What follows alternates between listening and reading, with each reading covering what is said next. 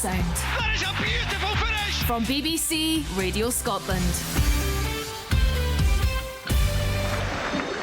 You're listening to Open All Mics on BBC Radio Scotland. Some really big games across the country today. We have the commentary options. We just told you, Rangers against Dundee United. Billy Dodds is in Open All Mics duty. St Mirren against Aberdeen. We heard from both managers there. Aberdeen with a poor record in Paisley, but go into it on the back of a really good home win against Dundee. Motherwell are at home to Falkirk. I think Alan's predicting some really good football in that one. And Hibs against Livingston. Both sides needing to kick on with a few wins. Partick Thistle against Ross County. Tricks there for us in the Championship. I'll bring you all the goal news from right across the country. Kilmarnock against Hearts. That kicks off at 5:45.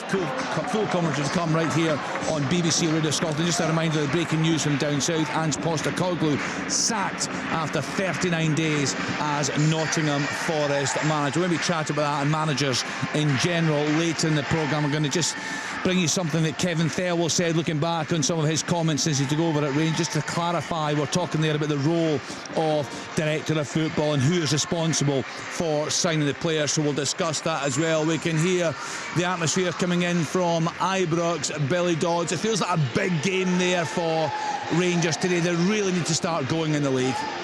Yeah, going to get started sometime, Kenny. I'll tell you what it is, though. It's a big crowd. The four stands have filled up since Russell Martin parted ways the other week there, so they're getting right behind Stevie Smith. I would say that there's a good atmosphere in here as well. Dundee United doing well. It's going to be finely balanced teams on top of that. Rangers got a good balance about them with Ant-Man and Gassama in their team, and then you heard Jim Goodwin talk about Satchford and Dolchek and Fata going to try and hit them in the break, so I'm really looking forward to it. Bill, is there any issue at all, and I bring in the guys in the studio in this one, with the players that have been recruited, and there's been a lot of players brought in at Rangers to play in a certain system, a certain style of play. Is that a challenge for a new manager when he comes in with a different philosophy? It all depends if he thinks he can shift players to play a different formation and get the best out of them. I think there's enough there to, at times, we had to do it when we went in, and I know you touched on it last year. Could Rangers play a three at the back? And we did at times, but we also went back to a back four. So if you tell me to look at the squad and see what's on the bench, I think there's a bit of flexibility there to do both. Yeah, I think, as I was kind of saying earlier, this new manager's going to come in November time. He needs to get the most he can out of the current group of players before any transfer window opens, and I think there's a number of players that aren't showing their full potential. In the fullness of time, they may prove not to be good enough to play for Rangers, but I certainly think there's far more mileage in a lot of the new signings than we've seen to date. Let's get to the game in Paisley. St Mirren against Aberdeen. Looking forward to it, Chris? Yeah, it should be a cracker, Kenny. Both teams with so much to play for, in different reasons. You know, St Mirren will want to show that reaction from picking up a rare defeat and a poor performance at Kilmarnock, and Aberdeen obviously picking up that terrific win in their last game against Dundee. They've now shown what they're capable of and the type of football they can play. They don't just scrape in and get results. They can absolutely batter teams if they put things right, all at the same time. But a terrific start so far, and it looks like it's going to be a great game. Yeah, looking forward to that one. Alan Preston is certainly looking forward to the game at Fir Park. Motherwell at home to Falkirk. You're predicting good things there, Alan. You've really enjoyed watching Motherwell this campaign. I have, but I just don't get kickoffs these days. Falkirk just took one, and they just kicked it right into touch, and 6 of the players on the right hand side. It's like a rugby kick. They've booted it into touch, giving the ball away. What happened to getting a nice comfortable early touch around your team? You just boot it away and give the ball straight back to Motherwell. I just don't get it. But yeah, looking forward to this one, Kenny. It should be good. I like Falkirk as well. Very pleasing on the eye. Good side. 2 good games, hopefully a right outbreak of football here. Yeah, Falkirk have made a reasonable start, Richard Foster, haven't they, to their campaign, but they're quite an open attacking side, aren't they? Yeah, they play a certain way. John McGlynn has always played that way. Whether they change it slightly in terms of because they're playing against another team who do the same, will each of the teams press the other team a bit higher? Looking at the game at the moment, Falkirk have just dropped off to the halfway line, not allowing Motherwell any space. When Motherwell play the ball through midfield, they do create chances and they open up spaces. So Falkirk look like they're being Little half chance there for them there. It just wins it. He's a top player. He's back after a month out. Plays it into Callum Henry, making his starting debut for Motherwell. Just leaning back, shot just over the top of the crossbar. He'll be disappointed with that. He's a very, very good finisher normally, and he just looks like he rushes that. Understandable. His first game after coming back from injury. He takes a decent second touch there, and he just needs to stay over the ball. But that's a half chance. Underway at Easter Road, Kevin Thompson, Hibs at home to Livingston. What are you expecting this afternoon? I'd expect Hibs to dominate the ball, to be honest, Kenny, but Livingston have started a long ball. Danny Finlayson wins the flick on. They've now got a corner that's coming for the right hand side. I'd expect Davy Martindale's team, as you know, Kenny, to be hard to beat, robust. Montgomery just going to swing it in with his left peg here. Wee short one. Scramble. Oh, some early pressure there from Livingston through there at Easter Road. Yeah, that was a slightly worrying moment for those of a Hibs persuasion. Let's dip into the Championship and hear from Chick Young. He is at Firhill, part of Thistle against County. You were saying earlier on, Chick, it's a concerning start to the season for Tony Docherty's side. I think so. Yeah, you know, they were looking. They've spent a lot of money. They brought in new players. There were ambitions clearly to get back to the Premier League. First time of asking. Their best dreams can only be the playoffs now, you would think. Thistle, a quality side. Incidentally, Kenny, I've just witnessed probably the worst corner kick I've ever seen in all my decades of watching the game. It's on the left side for Ross County. Hold on a wee second, chance for Thistle. No, that's been dealt with. It's a corner kick on the left side. Jay Henderson takes it. He slipped, his foot went away, standing foot went away from him. He fell on his backside and the ball trickled about, what, 10 feet? And you can imagine how the Thistle fans are reacted to that. And actually, in the wake of that, to be fair to him, there's players slipping all over the place. The sprinklers were on, and I think there's a pretty greasy and at times muddy surface out there. A couple of players are falling, and of course, on such a day, Partick Thistle have decided to play in all white. Right, we'll try and help you out where we can. East Kilbride 1, Elgin City 0. Connor Young with opening goal on 4 minutes. What about County, Richard? Because I was through down the trail on off the ball and saying you look at the management team, a lot of experience there, and they've signed a lot of experience. But Stuart was making the point, perhaps too much experience, too many older players in that squad. Yeah, possibly. I think that you do need energy, you do need legs, especially in the Championship. You do need a sprinkling of, we had it at Thistle. It was almost a 50-50 split. Obviously with Colley, we had the experience, but you had that young, youthful energy that you do need at that level. So possibly they've went too far one way, but I think today for County, I think it's a must-win game. If they've got any aspirations to get near the top of the league, they have to beat Thistle today, and it's no mean feat. Thistle have started very, very well, playing with a bit of confidence, but I'll just look at that game, and it's such an important game for Ross County. They do have, as you said, they are a very, very experienced managerial team. So if there's anyone who knows how to get a tune out of players, it's the guys that are in place there. But I think it's a huge, huge game for them today.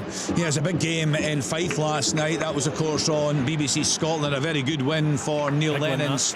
Yeah, wasn't it? Yeah, and they thoroughly deserved it. I felt they dominated that game. No, they did, and they needed it, to be fair, because Raith Rovers have started the season well. But that was a great watch and a huge points for Dunfermline. Right, let's bounce around the grounds. Early stages, I know, Billy Dodge, but are you seeing anything different from the setup, the approach of Rangers under Stevie Smith? They've started well. They have pinned Dundee United back. I'm watching Dundee United up the pitch just now, but they have totally played the first 4 minutes in United's half.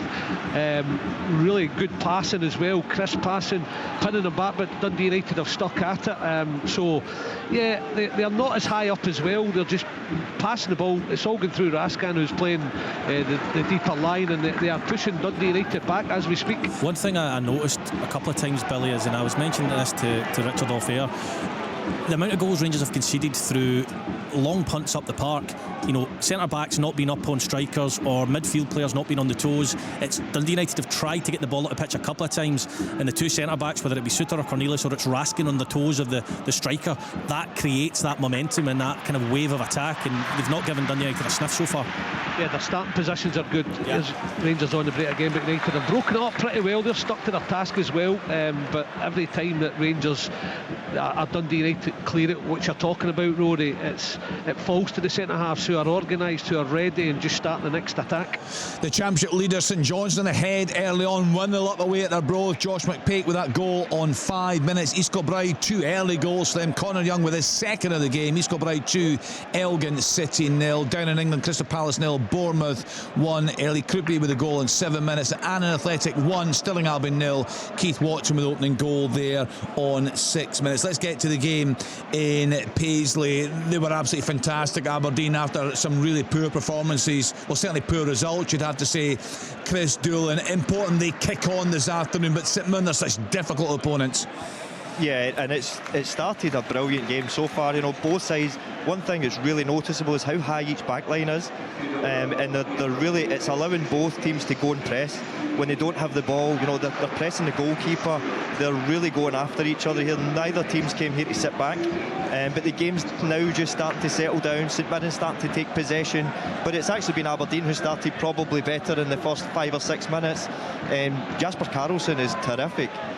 He's everywhere. You know, he starts in that 10 position, but he's out left, he's out right. They're finding it difficult to nail him down to a position, and he looks like he could be a game changer for them today. Yeah, he looked class certainly in that game against Dundee. Let's just continue. We bounce around the grounds for now. Motherwell at home to Falkirk. Alan, what's happening? If you would imagine, Kenny, Motherwell having the better of the possession, not really created anything at the moment. I've got to say, looks like a bigger home crowd than normal. They're clearly enjoying watching Motherwell. And Falkirk have got a terrific away support. They're housed in the away end on the top tier here at Firth Park, but making some noise. Both sets of ultras have got drums. Good atmosphere. We just need a few chances in this game. 10 minutes gone, 0-0. Edinburgh City 0, Stranraer 1. Finn Ekrapont with that opening goal on 5 minutes. Let's get to the game at Easter Road. Kevin Thompson is there for us. Hibs at home to Livingston. What do you think the problems have been for Hibs that they've not managed? Oh, goal. Where are we? Good timing, Kenny.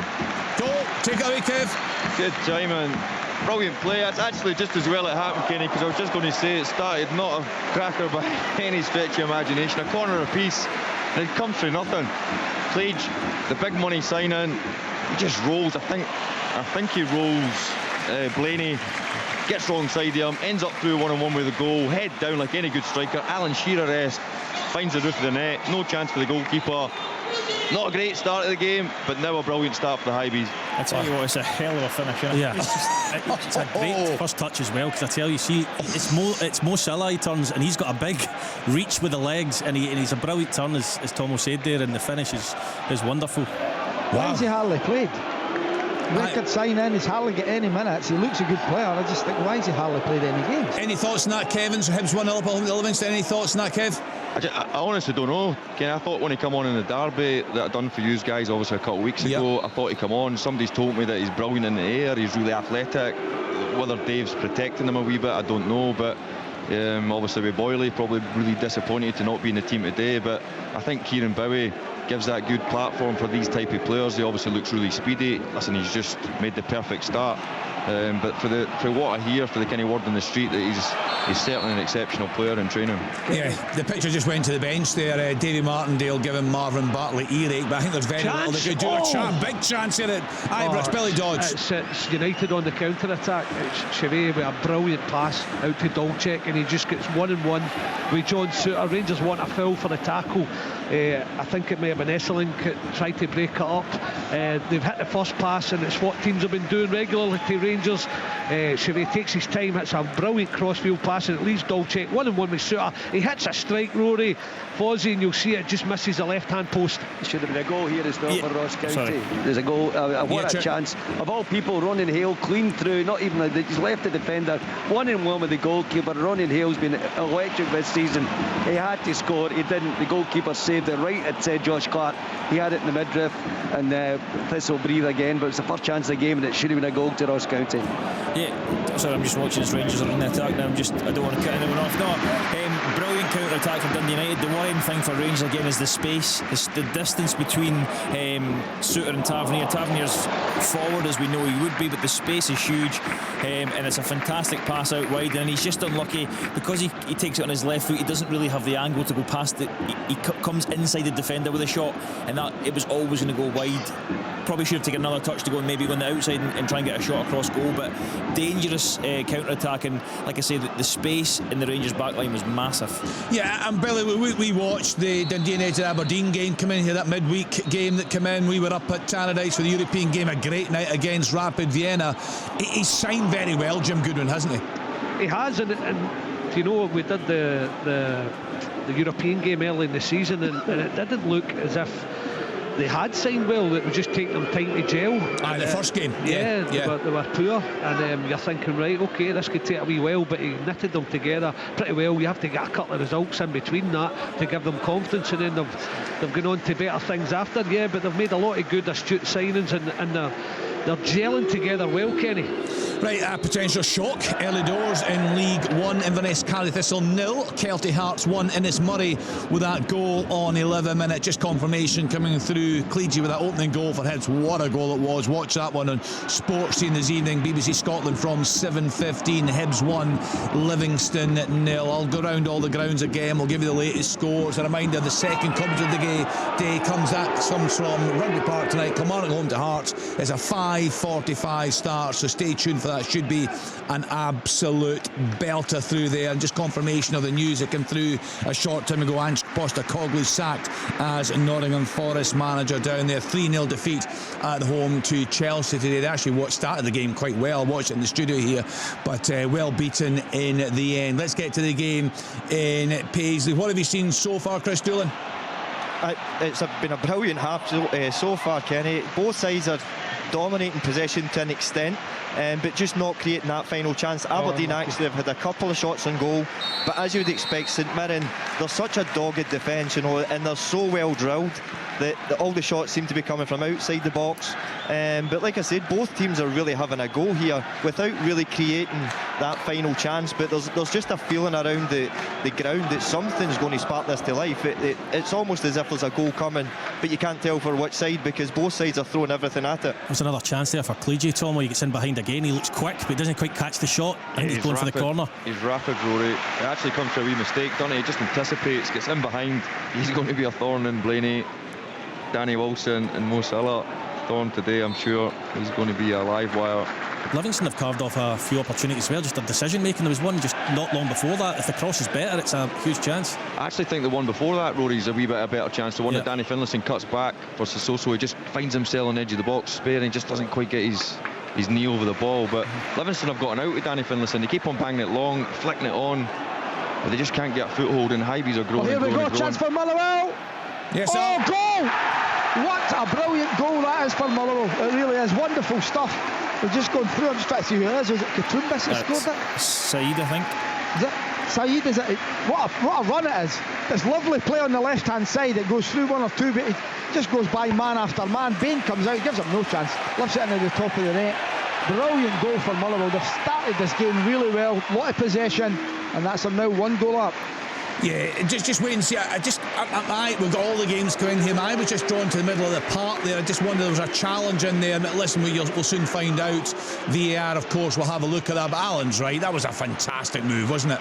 But I'm just not sure. But we'll get a replay here. There's a wee challenge in the middle of the park.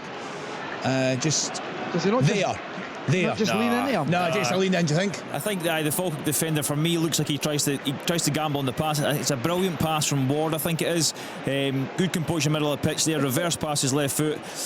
That's going to be so. I mean, we've seen Scotland get one very soft free kick the other night. So I would never say never, but for me that's not a foul. Brilliant strength from Saeed, and then composure to beat the last man, and a decent enough finish. But that's Ward in the middle of the pitch has done that all season. He's always looking to play forward, always wanting to play that penetrating pass, and another brilliant ball there right through the middle of Falkirk midfield. It's getting checked, rigorously checked as well. We've seen another angle, Alan, and it did look a little bit more intentional and cynical than it did from the first angle we watched. So listen, I don't I don't know if the player's got any intention of playing the ball. He's simply just blocking the player off. So I think there's a chance Stephen McLean may get sent to the screen here. Here's a better look, guys. Yeah, he's getting sent to the screen.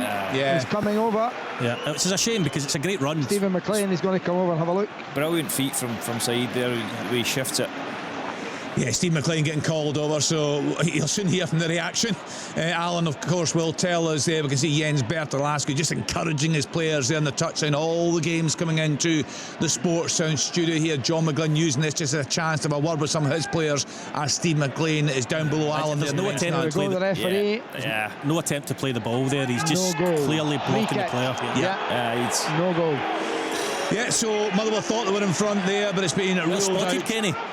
Who was it, Rory? Who was it that blocked out? I can't take the credit. The producer showed me. I don't know who he blocks. It might be the right back from Falkirk stepping in there. I couldn't really see. Julian Adams. I can't claim credit for that. Even though it's a foul, it's disappointing. I know that I'm not completely objective on the subject, but he just sees the defender coming and uses his body. The defender should be gambling on the other side, inside the pitch to keep him out the side of the pitch. So it's actually poor defending. He gets away with it, but it was a brilliant goal. But unfortunately, it's 0-0. Kenny, Ross County got a problem here. Ross Docherty is going to have to go off. It was off the ball. I don't know. It seemed to be a knee injury, but he's had to go off. Dean Cornelius has replaced him. But early changes for Ross County. Patrick Thistle just had a chance. The ball's on top of the goalkeeper from the corner. There was a deflected shot there. I thought that was going into the net. Went for a corner kick. So it's still 0-0 and one change in the personnel to the county. Right, Stranraer 2-0 up now away Edinburgh City. Daniel McManus with the second goal there. Dumbarton 0, Spartans 1. Bradley White on 15 minutes. That's you up to date with all the goals. I'll go around the grounds again in a few minutes' time. A few talking points I want to bring up on the programme as well this afternoon. Let's get to the commentary match at Ibrox today. Billy Dodge is on open all Mike's duty for us. What's happening there, Billy? Yeah, I think Rangers fans are pretty pleased. There's definitely an edge to them. They're moving the ball quicker. Asgard there just got the ball and laid it off. Spun, got it back with Miofsky, a really good move. It just broke down at the latter stages, but they're up on the game. They are forcing Dundee United back. United have had a really good chance because Tavernier. Have a look, boys. It's as if he kicks it off his other foot and it spins up there. The goalie gets done. It was a weird one, but the goalie's watching it. He's scrambling, but it just clears the crossbar. But Rangers definitely have an edge. I was just about to say, he does exactly that, Billy. But I was just about to say, in the lead up to that, it's almost like they're trying to walk the ball in the net at times. So, it's not surprising that James Tavernier's the one to take the shot on in the end. But he does hit off these other foot. But Rangers look like they're getting the basics of the game right, which certainly helps. Does he? What about that Eskiston? Yeah, to me, he just looks like David Fernandez. The way he wears a big baggy shirt, his socks. I'm not saying that's how he plays, but nothing over a baggy shirt. That's right, Dodge. I can see Dodgy in the baggy shirt. Yeah, I can see that. Brings back memories. Habibi baggy. Bigger the better, they say. Right, Castlemaine, Forex. Right, the latest scores across the country in the Premiership. Hibs 1, Livingston 0. Clegy with that goal on 9 minutes. Motherwell 0, Falkirk 0. Motherwell dead on the ball net. It was chopped off for a foul in the middle of the park. Rangers 0, Dundee United 0, St Mirren 0, Aberdeen 0. 5:45 start. Kilmarnock are at home to Hearts.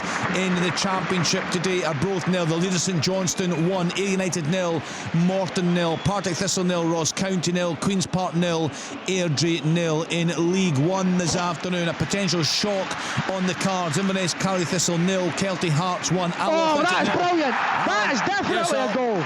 Maswanisi, magnificent play again by Motherwell. What a joy they are to watch. Have a look at this. What a finish. Brilliant stuff from them. Deservedly ahead, 1-0. I tell you what, they've got men over as well. I think Johnny Katrumbas is on the outside, but it's a fantastic first touch and then shot. I think we've seen it last season with his goal against Rangers, how good he is in those little moments. But a brilliant finish, and he's probably been their star player this season. Although they've done really well, he's the one that. He's got that little bit of magic as we see there. But again, I think Elliot Watt's been brilliant for us. I really do. I think he's been magnificent. He controls the game. He controls the midfield. Yeah. What a finish though. In-step, left foot. A weaker foot as far as I'm aware. I think he's right-footed. So good first touch. you could probably argue the defender could get closer, but his first touch, he shifts it so quickly, and that cushioned finish into the far corner, wee bit of curl on it, absolutely beautiful to watch. And just looking back, there is absolutely no fouls in the build up to that one, so that one will stand. Even Hawkeye didn't see one over there. That was a beauty. So into the, who was the League One? I was giving the League One score, saying the potential shock on the cards in Inverness. Inverness Cali Thistle 0, Kelty Hearts 1, Al Athletic 0, East Fife 0, Cove Rangers 0, Stenhousemuir 0, Montrose 0, Hamilton Accies 1. They have just gone ahead. John Rankin's side 5:30 start. Peterhead at home to Queen of the South. In League 2, Annan Athletic 0, Stirling Albion 0, Dumbarton 0, Spartans 1, East Kilbride 2, Elgin City 0, Edinburgh City 0, Stranraer 2, Forfar Athletic 0, Clyde 0. And in England, the full-time score from lunchtime: Nottingham Forest 0, Chelsea 3, Ange Postecoglou sacked as Forest manager. Brighton 0, Newcastle United 0, Burnley 1, they've just gone ahead. Leeds United 0, Crystal Palace 0, Bournemouth 1, Manchester City 0, Everton 0, Sunderland 1, Wolves 0. 5:30 start. Fulham are at home to Arsenal. Just before we go around the grounds again, Alan, quite a few people getting in touch with me in that debate we had in Rangers. And I was putting forward the argument earlier on that Rangers fans should be concerned, a bit upset perhaps if it is Kevin Muscat that isn't coming till next month, certainly after the League Cup semi-final. I think most of the guys on here felt there was no issue with that. A few ex-footballers getting in touch to say they're on my side of the argument. What are your thoughts, Al? I agree. I think that there's a League Cup semi-final coming along in a couple of weeks' time, 2 weeks tomorrow I think it is. And it's, are they just giving up the league now? Because that's what it looks like. I get he's been very honourable and staying where he is and trying to see the season through, which is probably for him the right thing to do. But Rangers can't afford that. For me, I think they need someone in straight away. And a League Cup semi-final, that might be all they might win the whole year. You just don't know. And not to have your manager in place 2 weeks before it, to have a look at the players, have a look at the staff, what has he got, try and get the best team out for that side. But I get he's an honourable man and what's the state he is. But the problem, do you not think, Alan, as well, is that with Steven Gerrard and Danny Rowe, pulling out, Sean Dyche not interested. I don't know if they've got anyone else in mind or who they turn to. So if they decide that, yeah, you're right, they're not going to get the deal done in the next few days, I've not heard any other names. So do you not think that's a bit of an issue as well? I think ideally they would like him in, but I don't know who else they've got their eye on. See, I would wonder as well, is that these guys are experienced, the 49ers are down at Leeds United and all that, and folk are saying, Danny Rowe was the one the fans didn't want it. They had a look on social media. They'll not worry, they'll not care about that. They'll just see who they think the best man for the job is. Gerrard didn't want it. I was surprised that it took so long to get a final answer out of him to say no, because it wasn't as if he was in a job and he could have easily went and tried and got the deal done. He just clearly, and then something's come up that didn't fancy it or didn't want, not the right timing, I think he said. And then they've went Rowe, I don't know how far down the line that went, but eventually it looks like they're going to plump for Muscat, but that's going to be 3 if not 4 weeks away down the line, and I don't think Rangers can afford to do that. Yeah, just an interesting one. We were chatting earlier on about whether or not Steven Gerrard or any manager want full control. We're asking about the current setup at clubs now who've got that director of football role. So just looking back at an interview from Kevin Fairwell that he gave to Rangers, said my role is to try and make sure all the support services, this is speaking about Russell Martin, that sit around Russell are as strong as they possibly can be to give us the best chance of winning. When we talk about recruitment, clearly it's going to be a collaborative approach. I've never been in this role ever where I've signed a player for the first team that hasn't been supported by the head coach or the manager. We'll talk a lot about how we want to play, a lot about profiles we need and what positions we need, but he's very clear the manager has the final say. Also, I'll point you towards this. There's a good piece on the BBC Sports Scott website. A great guest on the Saturday show this morning was Neil Lennon, the Dunfermline manager, of course, formerly the Celtic manager, and he said that the abuse faced by managers of Celtic and Rangers will, no question, he said, absolutely put coaches off coming to Glasgow to take charge of either side. I think we can safely say Kevin Muscat appears to be the type of character that will care not a jot about that one. No, he probably won't, but why should he have to consider it? Why should any manager have to consider it? We've just now got to a point where that's accepted, that's normal. Now, I said it before, someone asked about, if you're going to protest... This is brilliant. Yes, Al. Sorry. Magic play, really is. Saeed's involved. I think it's Watt that makes the run for the middle of the park.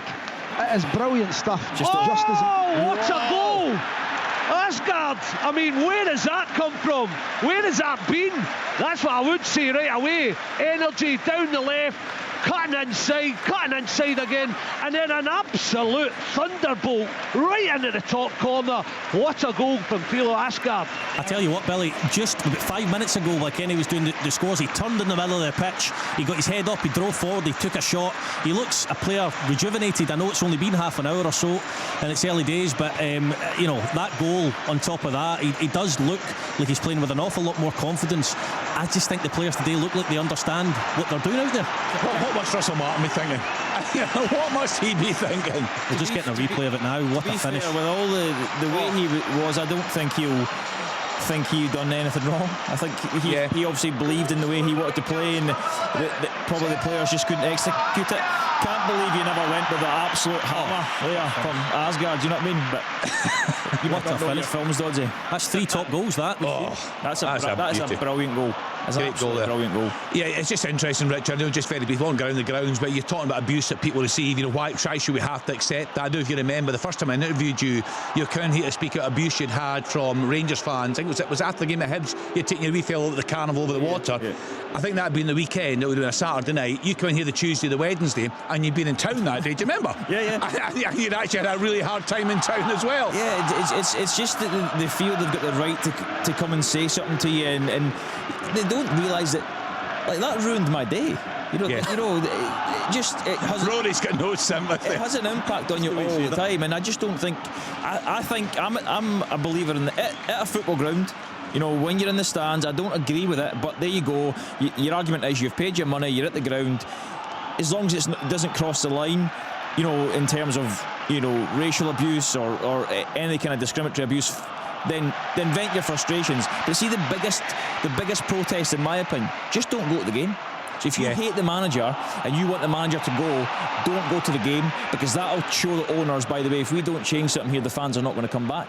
That's the biggest protest. But what happens now is we've got a society where you go, you know what, I'm going to go to that game just so I can abuse the guy, whether it's a player or a manager. And I just think it's you know, it's the way the world is, it's the way society is. We're not going to change it on a football show, but I just don't think people should have to accept that. It's horrible to accept it in any other job. There's football abuse and there's personal abuse. Exactly. There's a whole difference here.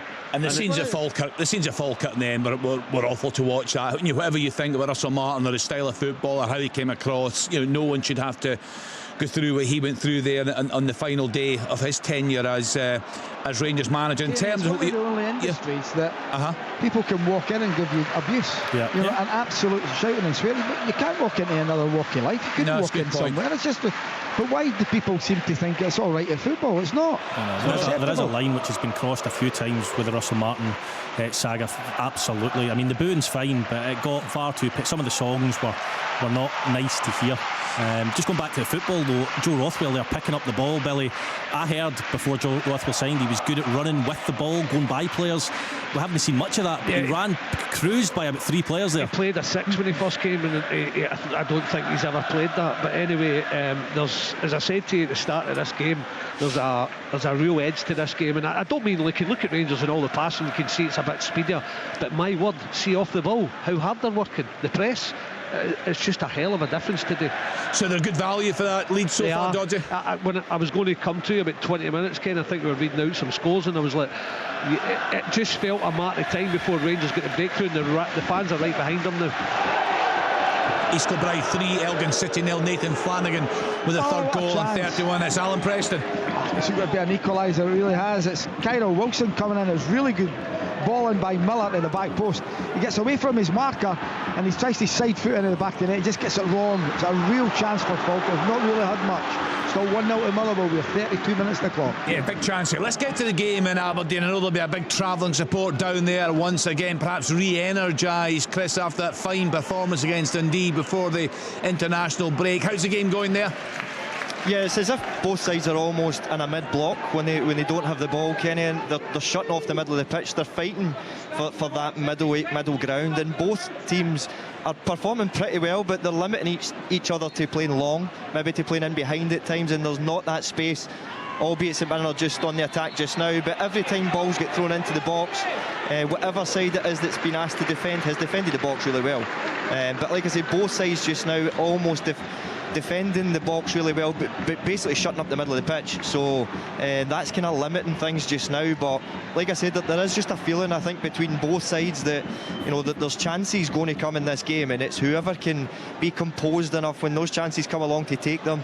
But there's certainly something feeling as if there's something coming in this game. Speaking of the middle of the park, Rory, I got you to look at the midfield options, because the manager Stephen Robinson's been very bullish in recent weeks about the quality he has there. And I think for a long time Alex Gogic was kind of the cult hero among St Mirren fans. I think Killian Phillips is fast catching him, isn't he? Yeah, he is. I felt when Killian Phillips was at Aberdeen, you know, he struggled to get his confidence up, because maybe the technical side of the game, the way Aberdeen were trying to play, let him down at times. But with every game that passes and getting his confidence up, not only is he box to box, all action, can get on the end of things and score some goals, he can defend his own box well and be part of attacks. I think technically he's improving all the time as well. His understanding of the game's improving all the time, and you know, he loves it when they score though, doesn't he? Yeah, he does. And that's part of a good dressing room, good camaraderie as well. I remember I was low on confidence once at St Mirren, funnily enough, and I'd went for Dundee and I'd went on loan at St Mirren. I played a lot of games, but at the start I wasn't quite myself, and Jack Ross actually said that to me. He's like, see the next time you score, whether you're involved in it, but he was like, get across, celebrate like you mean it or whatever else, and just psychologically little things like that can make a difference. But Killian Phillips certainly isn't struggling for form at this moment in time. He's been one of the best players in the league this year. Yeah, he's got a bit about him. Kenny, I see that Sweden have let go of their manager and Jimmy Tilline's been mentioned. I wonder how Aberdeen fans will be feeling about that. Well, I think Graham Potter's the favourite, Alan. I saw that this morning, Alan. I think Graham Potter seems to be, but I mean, was Tilline a serious contender? I'm not sure. I don't know, but Graham Potter will be on garden leave for West Ham, and he'll be getting paid monthly. That's one of the reasons why he didn't take jobs when he left Chelsea. It's a lot of money he would have to give up, and I can't see the Swedish FA being able to pay that.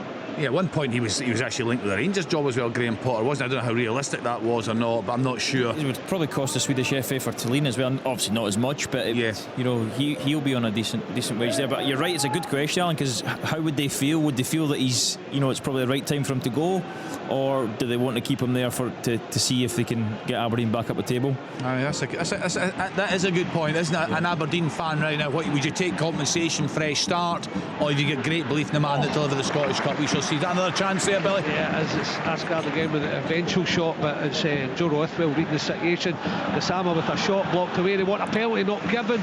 It's all happening here. The speedy play, it's hard to keep up with. But Billy, what do you do then? You're Jim Goodwin, you're on the touchline. Just get to half time, I presume. But how would you be looking to change the way this game's going? Well, he's gone a fourth today, and I know it worked last week. Oh, another chance. Gassama! Oh, goodness me. That's a good block though. I think Lucas Stevenson just thrown himself at it. I think he's been playing that three at the back, Kenny, and he had to rip that up against Livingston last week, or the week before, before the internationals, and then it kind of worked, and then today he's kept the four, and I can understand why. He's getting free in midfield, but they can't get near Rangers. It's just the speed Rangers are passing and moving at, and then when United get the ball, there's a press on as well, so it's been impressive so far. Edinburgh City pulled a goal back at home to Sunrar. Edinburgh City 1, Sunrar 2, and it's Lawson on 31 minutes. Let's get to the game at Easter Road. We saw a great opening goal there for Hibs. What's been happening since then, Kevin Thompson? It's just a stoppage in play just now, Kenny. McLennan's down with just a head knock just coming together. Apart from really a half a chance, I don't know if Rory would disagree. Certainly not one for me and Fozzie, but a long ball gets knocked down. Kaliji's, honestly, his run channel's brilliant, Kenny. He not had much service and much, apart from obviously a wonderful goal, but anyway, this time he gets knocked down. Bowie takes his good first touch, and a kind of snapshot across the goalkeeper. We've seen obviously how good he is on the volley in Europe, so I expected him to hit the target, but probably half a chance, I would say, but maybe Rory would fancy that one. I saw Blue that one there. Tony Watt, they got a break, and he was on his own. Logan Chalmers thundering down the right side trying to support him, but he took far too long, got caught in possession, should have let it go. Trying to play Logan Chalmers, he curls it beyond the post, and there's been another miss incidentally by Ronan Hale too in the first half. Still 0-0 between Thistle and Ross County. Great game though. Oh, that was a real chance for Dundee United. Taverniers dropped his runner, the hand goes up. I'll tell you, it's a great pass. I think it was from one of the central defenders, and they're looking to play short, and suddenly just gets head up and clips one over. I think Dolcek's got to be more direct, and if he does, he's left Tavernier for dead, and he tries to wait on him and lob it back over him, and the chance is gone. But what an opportunity to get through 1-on-1. Yeah, that'll be the only slight concern. I mentioned in the first 15 minutes how well Rangers have dealt with Dundee United's longer passes in behind, but there's a couple of times now where their old ways have kind of crept up on them. But I agree with Tom, with Bowie's chance, a player of his calibre, he's certainly capable of finding the bottom corner from there. It just goes wide. He actually catches it pretty well, almost too well. Sometimes you can sclaff those and they end up in the bottom corner, but it flew past the post. In the Premiership, Hibs 1, Livingston 0, Motherwell 1, Falkirk 0, Rangers 1, Dundee United 0, St Mirren 0, Aberdeen 0, 5:45 start Kilmarnock at home to Hearts. Full coverage right here on Sports Sound on BBC Radio Scotland. In the Championship, Arbroath 0, St Johnstone won that early goal from McPake. Ayr United 0, Morton 0, Partick Thistle 0, Ross County 0, Queen's Park 0, Airdrie 0. In League 1, Alloa Athletic 0, East Fife 0, Cove Rangers 0, Stenhousemuir 0, Inverness Carry Thistle 0, Kelty Hearts 2. Now a big shock on the cards there. Montrose 0, Hamilton Accies. What a season they're having despite their off the field issues. They are 1-0 up away at Montrose. John Rankin's side, 5:30 start. Peterhead are at home to Queen of the South. And in League 2, Annan 0, Stirling Albion 0, Dumbarton have just equalised at home to Spartans, 1 apiece there. East Kilbride 3, Elgin City 0, Edinburgh City 1, Stranraer 2, Forfar 0, Clyde 0. And in England, the lunchtime kick-off, Nottingham Forest 0, Chelsea 3, Brighton 0, Newcastle United 0, Burnley 1, Leeds United 0, Crystal Palace 0, Bournemouth 1, Manchester City 0, Everton 0, Sunderland 1, Wolves 0. 5:30 start. Fulham are at home to Arsenal. That was a bit naughty from Keelan Adams, was it not, Alan? I was just going to call that, yeah. Is Yellow card checked? for him. Inside, no, play on. Yellow card by the referee. He caught it really poor. High up. It was almost frustration, I think, because they can't get a kick. They cannot get near them. They look, Alan, folk look like they don't know what to do. They're caught between passing it, which they're usually quite good at. Chance! Oh! Another good run down the left-hand side again. Cut back. And it's a shot just at the edge of the box. Wide of the target for Muller. Brilliant play from him again. Kenny, honestly, it is a joy to watch them. But this reminds me of the game at Dens early on, where they had 80% possession in the first half, 10 shots at goal, 1-1, we're winning 1-0, drew the game. They need to get another goal. At what point, Alan, in the game, given the amount of points that they've dropped this season from winning positions, do they begin to try and manage the games better, though? I don't think that's in the manager's makeup at all, Rory. I just think he likes to play the game and try and... Sometimes they want to score the perfect goal. Their play is magnificent. There's got to be a point in time, though, when you lose that quite a few points from winning positions, having played so well, that you want to get what you deserve. Yeah, you do. They need. See, Motherwell's a terrific club, but if they had someone that could score goals on a regular basis for them, and I know they've got one or two as they go on the attack again from one side of the pitch to the other.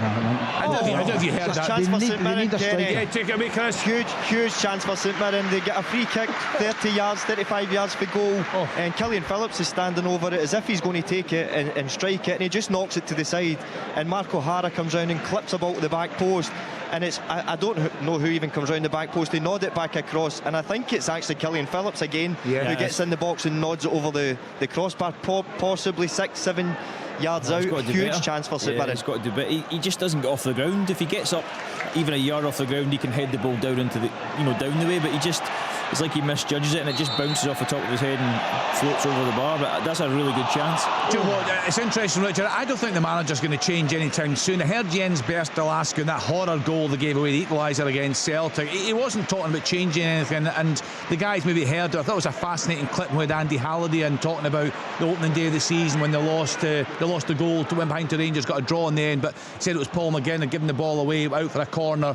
They scored from it. But it was fascinating. He said the Monday wasn't about that. The Monday he showed that. The manager showed that clip, but he showed 14 other clips where playing out the back created a great chance for Motherwell. Yeah, it's fascinating. But the bit for me is it now then becomes about the players on the pitch. Right, so you're 2-1 up at Celtic Park. That doesn't happen often. Right. You've played really, really well in the game. The ball goes from your goalkeeper into midfield. Well, I say midfield, your midfielder who's on the edge of your box, and comes back to the goalkeeper. I think in that moment, the decision from the goalkeeper needs to be, I need to go over the press. I need to go over the press because he's trying to find a pass that's not on. Now, I don't think that's the way the man... players will hide behind you. That's what the manager asked me to do. He doesn't. The manager, at no point have I heard the manager say, "Can you please pass the ball to the opposition midfielder in our own box?" That's not what it is. What he wants to do is he wants to have control in the game. They're tearing Falkirk apart here. He wants to draw teams towards him so there's space in behind. So decision making on the pitch has to come from the players at times. Now, if Callum Ward goes long with that pass and Celtic don't score, the manager doesn't complain. Brilliant so stuff again. Sometimes I think players hide behind it a little bit. They're getting a standing ovation. Yeah. Literally, the fans in the main stand are standing up and applauding. They've had a shot over the top of the crossbar, Saeed again. But the fans are on their feet here. It is wonderful football. Absolutely brilliant stuff. Motherwell fans won't like this, but at some point, that manager, if it keeps going like this, Alan, he's going to have interest in other clubs. For you. There's a Swedish manager for you. Well, there you are. This is a guy that's shown what he can do, not in a big budget. The fans are loving it. He's sticking to his principles, and actually principles that we can see on the park, not ones that he talks about that we never actually see on a Saturday afternoon. Just what Stevie Robinson was doing for the last 3 years. Yeah, absolutely, Chick. Absolutely. But I think we need to be careful because Russell Martin got sacked for the same record as Jens. You know, one game, you know, like there's lost a 25 to 30 million pound difference. I get that, Alan, but football is if Motherwell continue the way they are over the course of a season, will they pick up enough points to get into the top 6?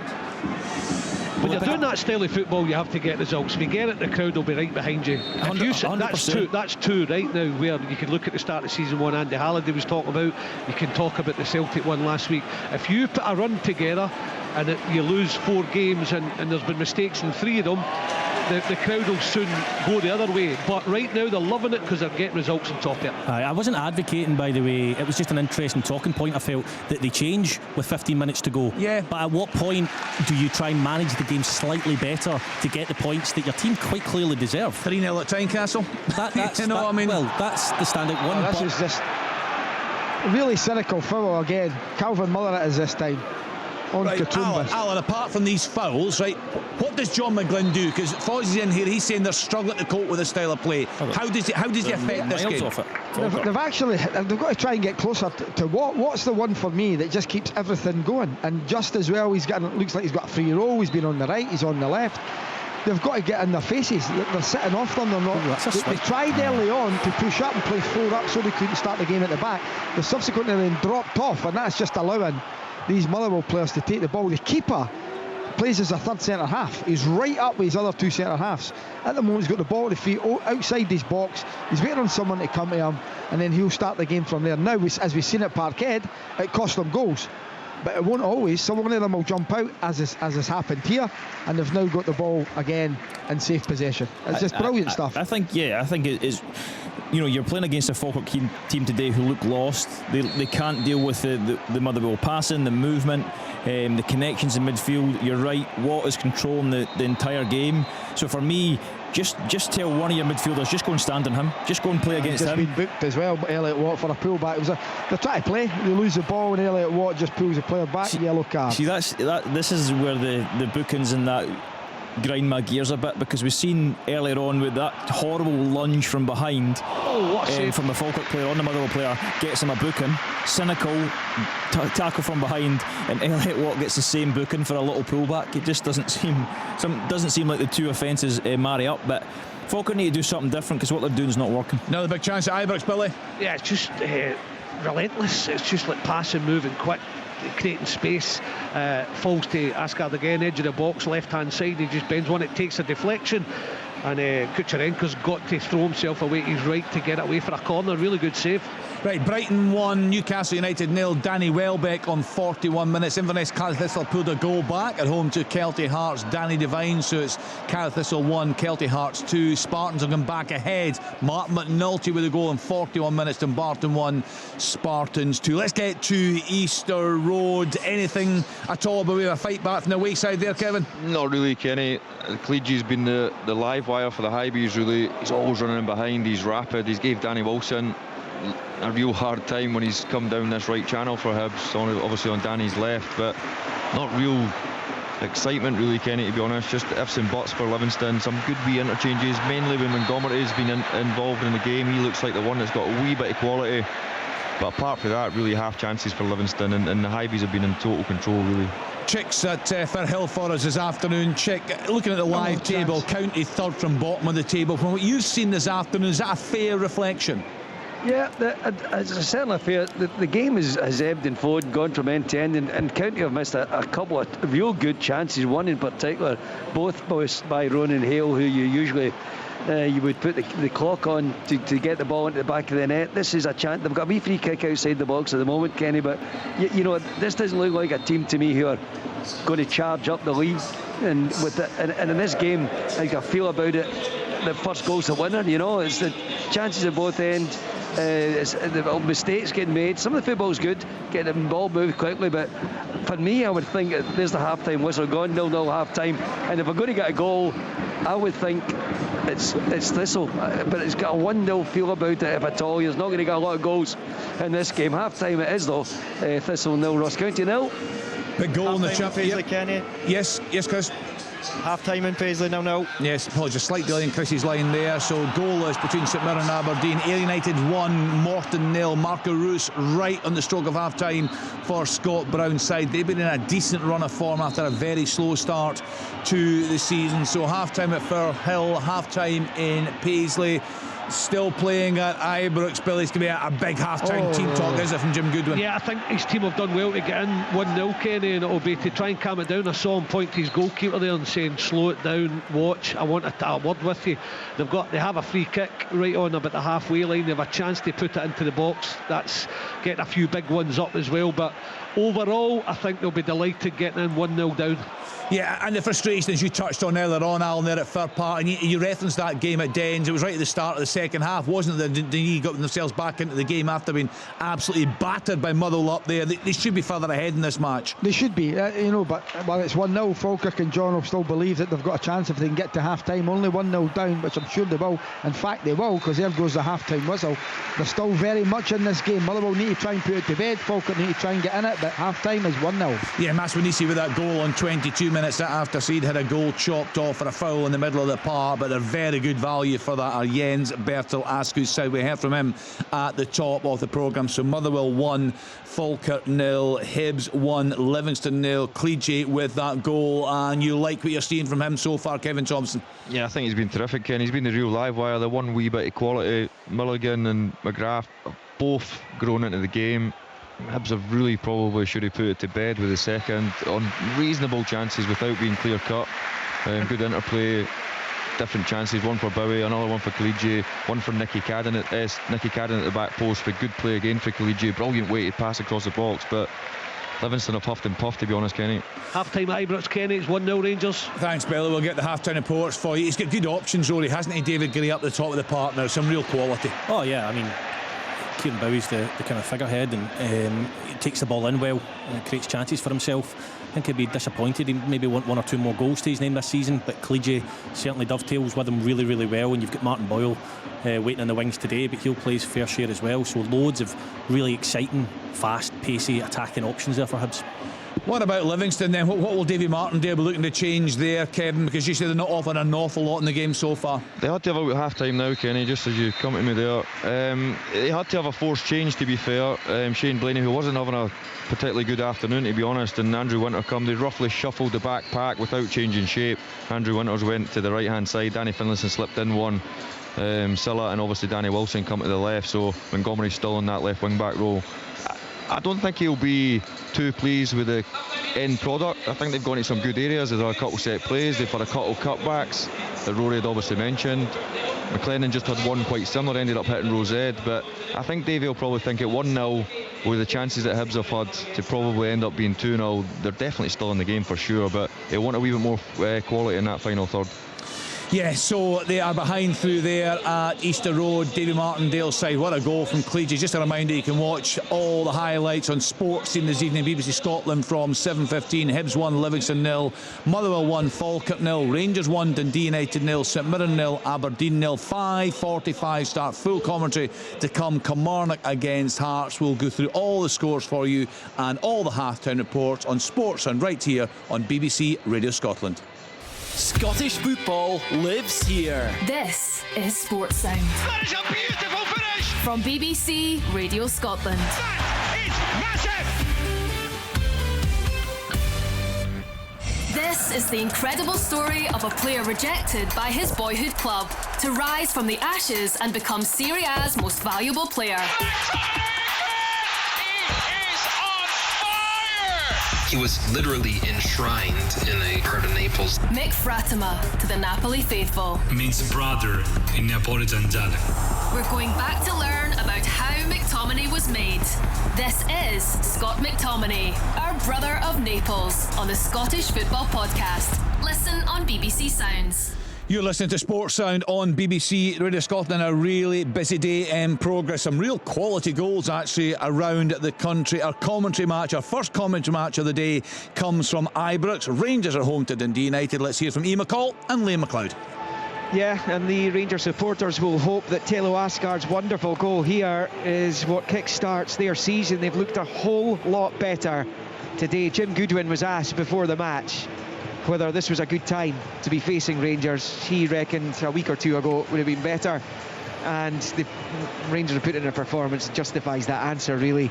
They're 1-0 up, they could be further in front as well, but Asgard's moment was superb, great quality. 25 minutes into the match, Rangers dominating the ball. He picked it up left hand side, the half, lovely turn away from the first man. He managed to drive forward. He made Esselink look like he wasn't there before driving into the penalty area and dispatching into the top right hand corner. Wonderful goal from the Norwegian for his first for the club, and what a goal it was that separates the two. United have threatened now and again. Ivan Dolcek missing their best opportunities. He put a shot just wide of the right hand post, low effort, looking for the bottom corner, but he was off target. When you come here, you've got to take those sort of chances. Dolcek's proved he can take those sort of chances in his fledgling United career, but not this afternoon, albeit he'll be hoping for better in the second half. As far as Rangers are concerned, Kucherenko's made several really important saves, a couple of them from close range as well. Asgard with a couple of efforts, one was deflected which the keeper tipped over. There was another one from the edge of the box which he beat away. But it's been just all action from Rangers, and the crowd's reaction has been the kind of soundtrack to it, hasn't it? It's been completely different, night and day from what's going on here up to this point this season. Yeah, I mean, listen, I feel as if all I've been talking about is Rangers. We're here to broadcast about them both, but the story is Rangers because they look completely and utterly different, and that is not a good sign for the previous manager. Two or three little things I've noticed anyway. I think there's more width. I think Ant-Man and Gassam, who ironically has been the disappointment for Rangers today, Gassam. Asgard looks like a new player, and I think he's got more room to play in because there is more width. Rothwell looks a new player. He's driving with the ball, he's playing wee things round the corner. The biggest thing for me is when Rangers lose the ball, there's a real desire. I mean, there'll be a modern term for this. Is it a counter press? I don't know, but anyway, it's, you know, they've got a real desire to go and get the ball back, and they've done it 4, 5, 6, 7 times. They won it back within a second, 2 seconds of giving the ball away. Still, for me, there's a problem at centre forward. If Chermete is up to it, fair enough. I've not seen enough of him. I don't think Miovski's the answer because of the type of opponents Rangers have, particularly in Scotland. They'll sit in, and I don't think that is his forte. To me, he hasn't moved well enough, but a hugely improved Rangers performance. And you know, the atmosphere in the ground is, if you're a Rangers fan, if you're a Rangers player, it's like really refreshing. It's night and day, and it was a proper football and no booing whatsoever. I mean, that may change in the second half, who knows, but completely different.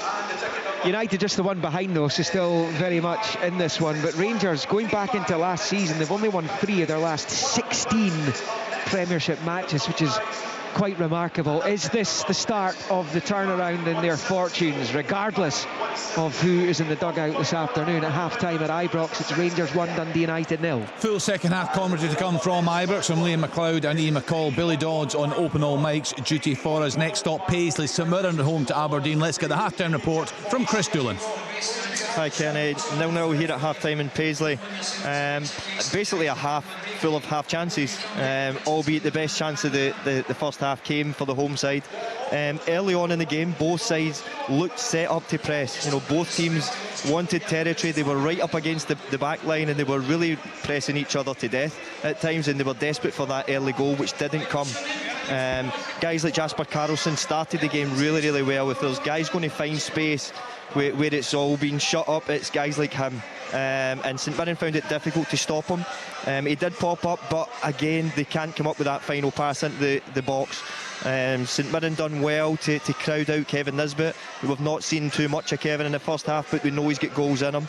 And it took until maybe 15 minutes for the game to settle, and a chance came along for St Mirren.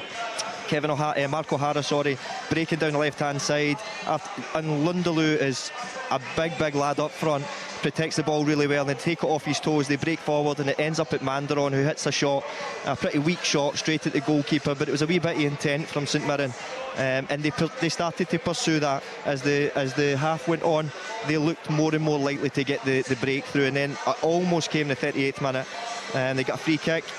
Killian Phillips stands over the free kick as if he's about to take it and just rolls it to the side for Marco Hara to come round and change the angle of that cross. It goes into the back post and it's nodded across, and it's actually Killian Phillips who started the move off from 30 yards out, who ends up in the box and unfortunately headers over the target, but he's 6-7 yards out. But that was probably the best chance of the game, and after that it's probably been all St Mirren.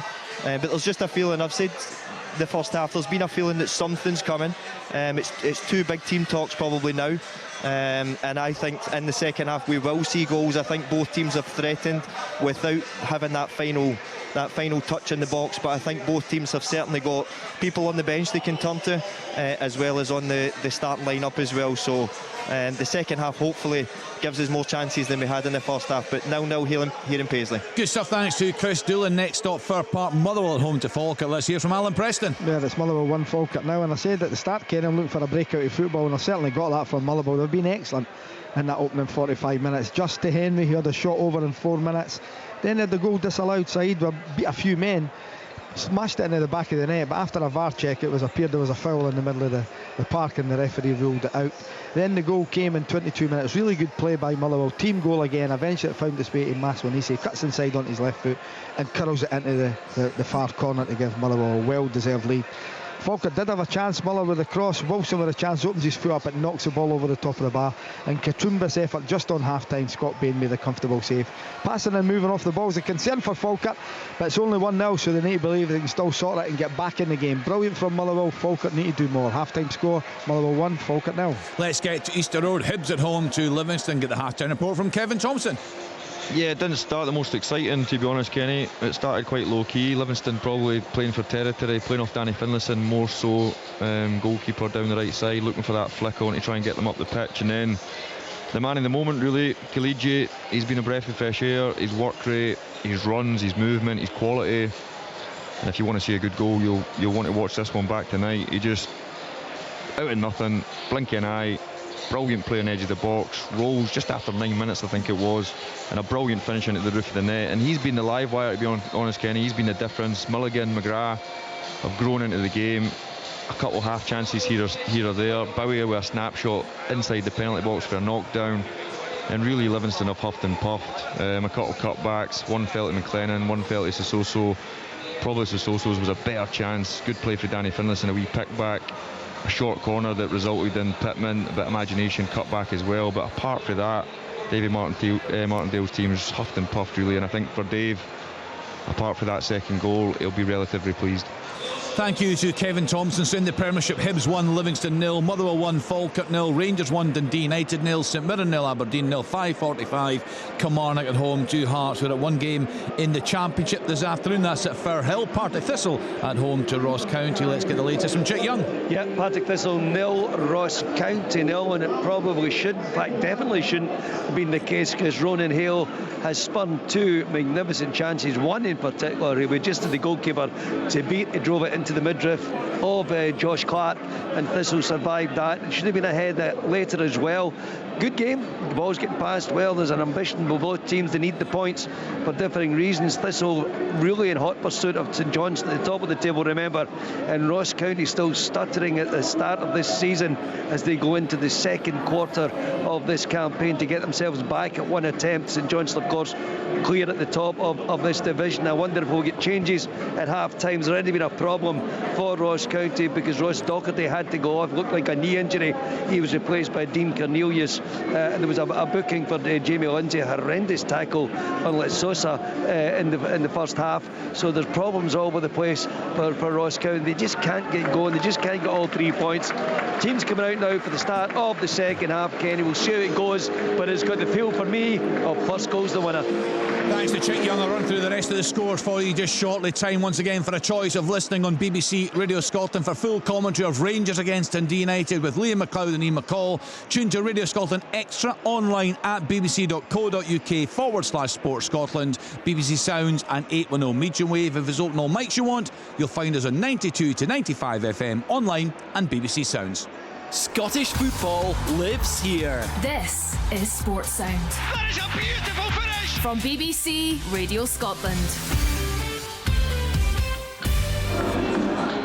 Welcome back to Open the Mics on BBC Radio Scotland. So as we heard from Chick there at Firhill, Partick Thistle 0, Ross County 0, Arbroath 0, St Johnstone 1, Ayr United 1, Morton 0. That goal right in the stroke of half time for Scott Brown's side. Queen's Park 0, Airdrie 0 in League 1, Alloa Athletic 0, East Fife 0, Cove Rangers 0, Stenhousemuir 0, Inverness Cally Thistle 1, Kelty Hearts 2, Montrose 0, Hamilton Accies 1, 5:30 start, Peterhead at home to Queen of the South. In League 2, Annan Athletic 1, Stirling Albion 0, Dumbarton 1, Spartans 2, East Kilbride 3, Elgin City 0, Edinburgh City 1, Stranraer 2, Forfar 0, Clyde 0. And in England, full-time score, Nottingham Forest 0, Chelsea 3, Ange Postecoglou sacked by Forest, Brighton 1, Newcastle United 0, Burnley 1, Leeds United 0, Crystal Palace 0, Bournemouth 2, Manchester City 0, Everton 0, Sunderland 1, Wolves 0, and Fulham against Arsenal.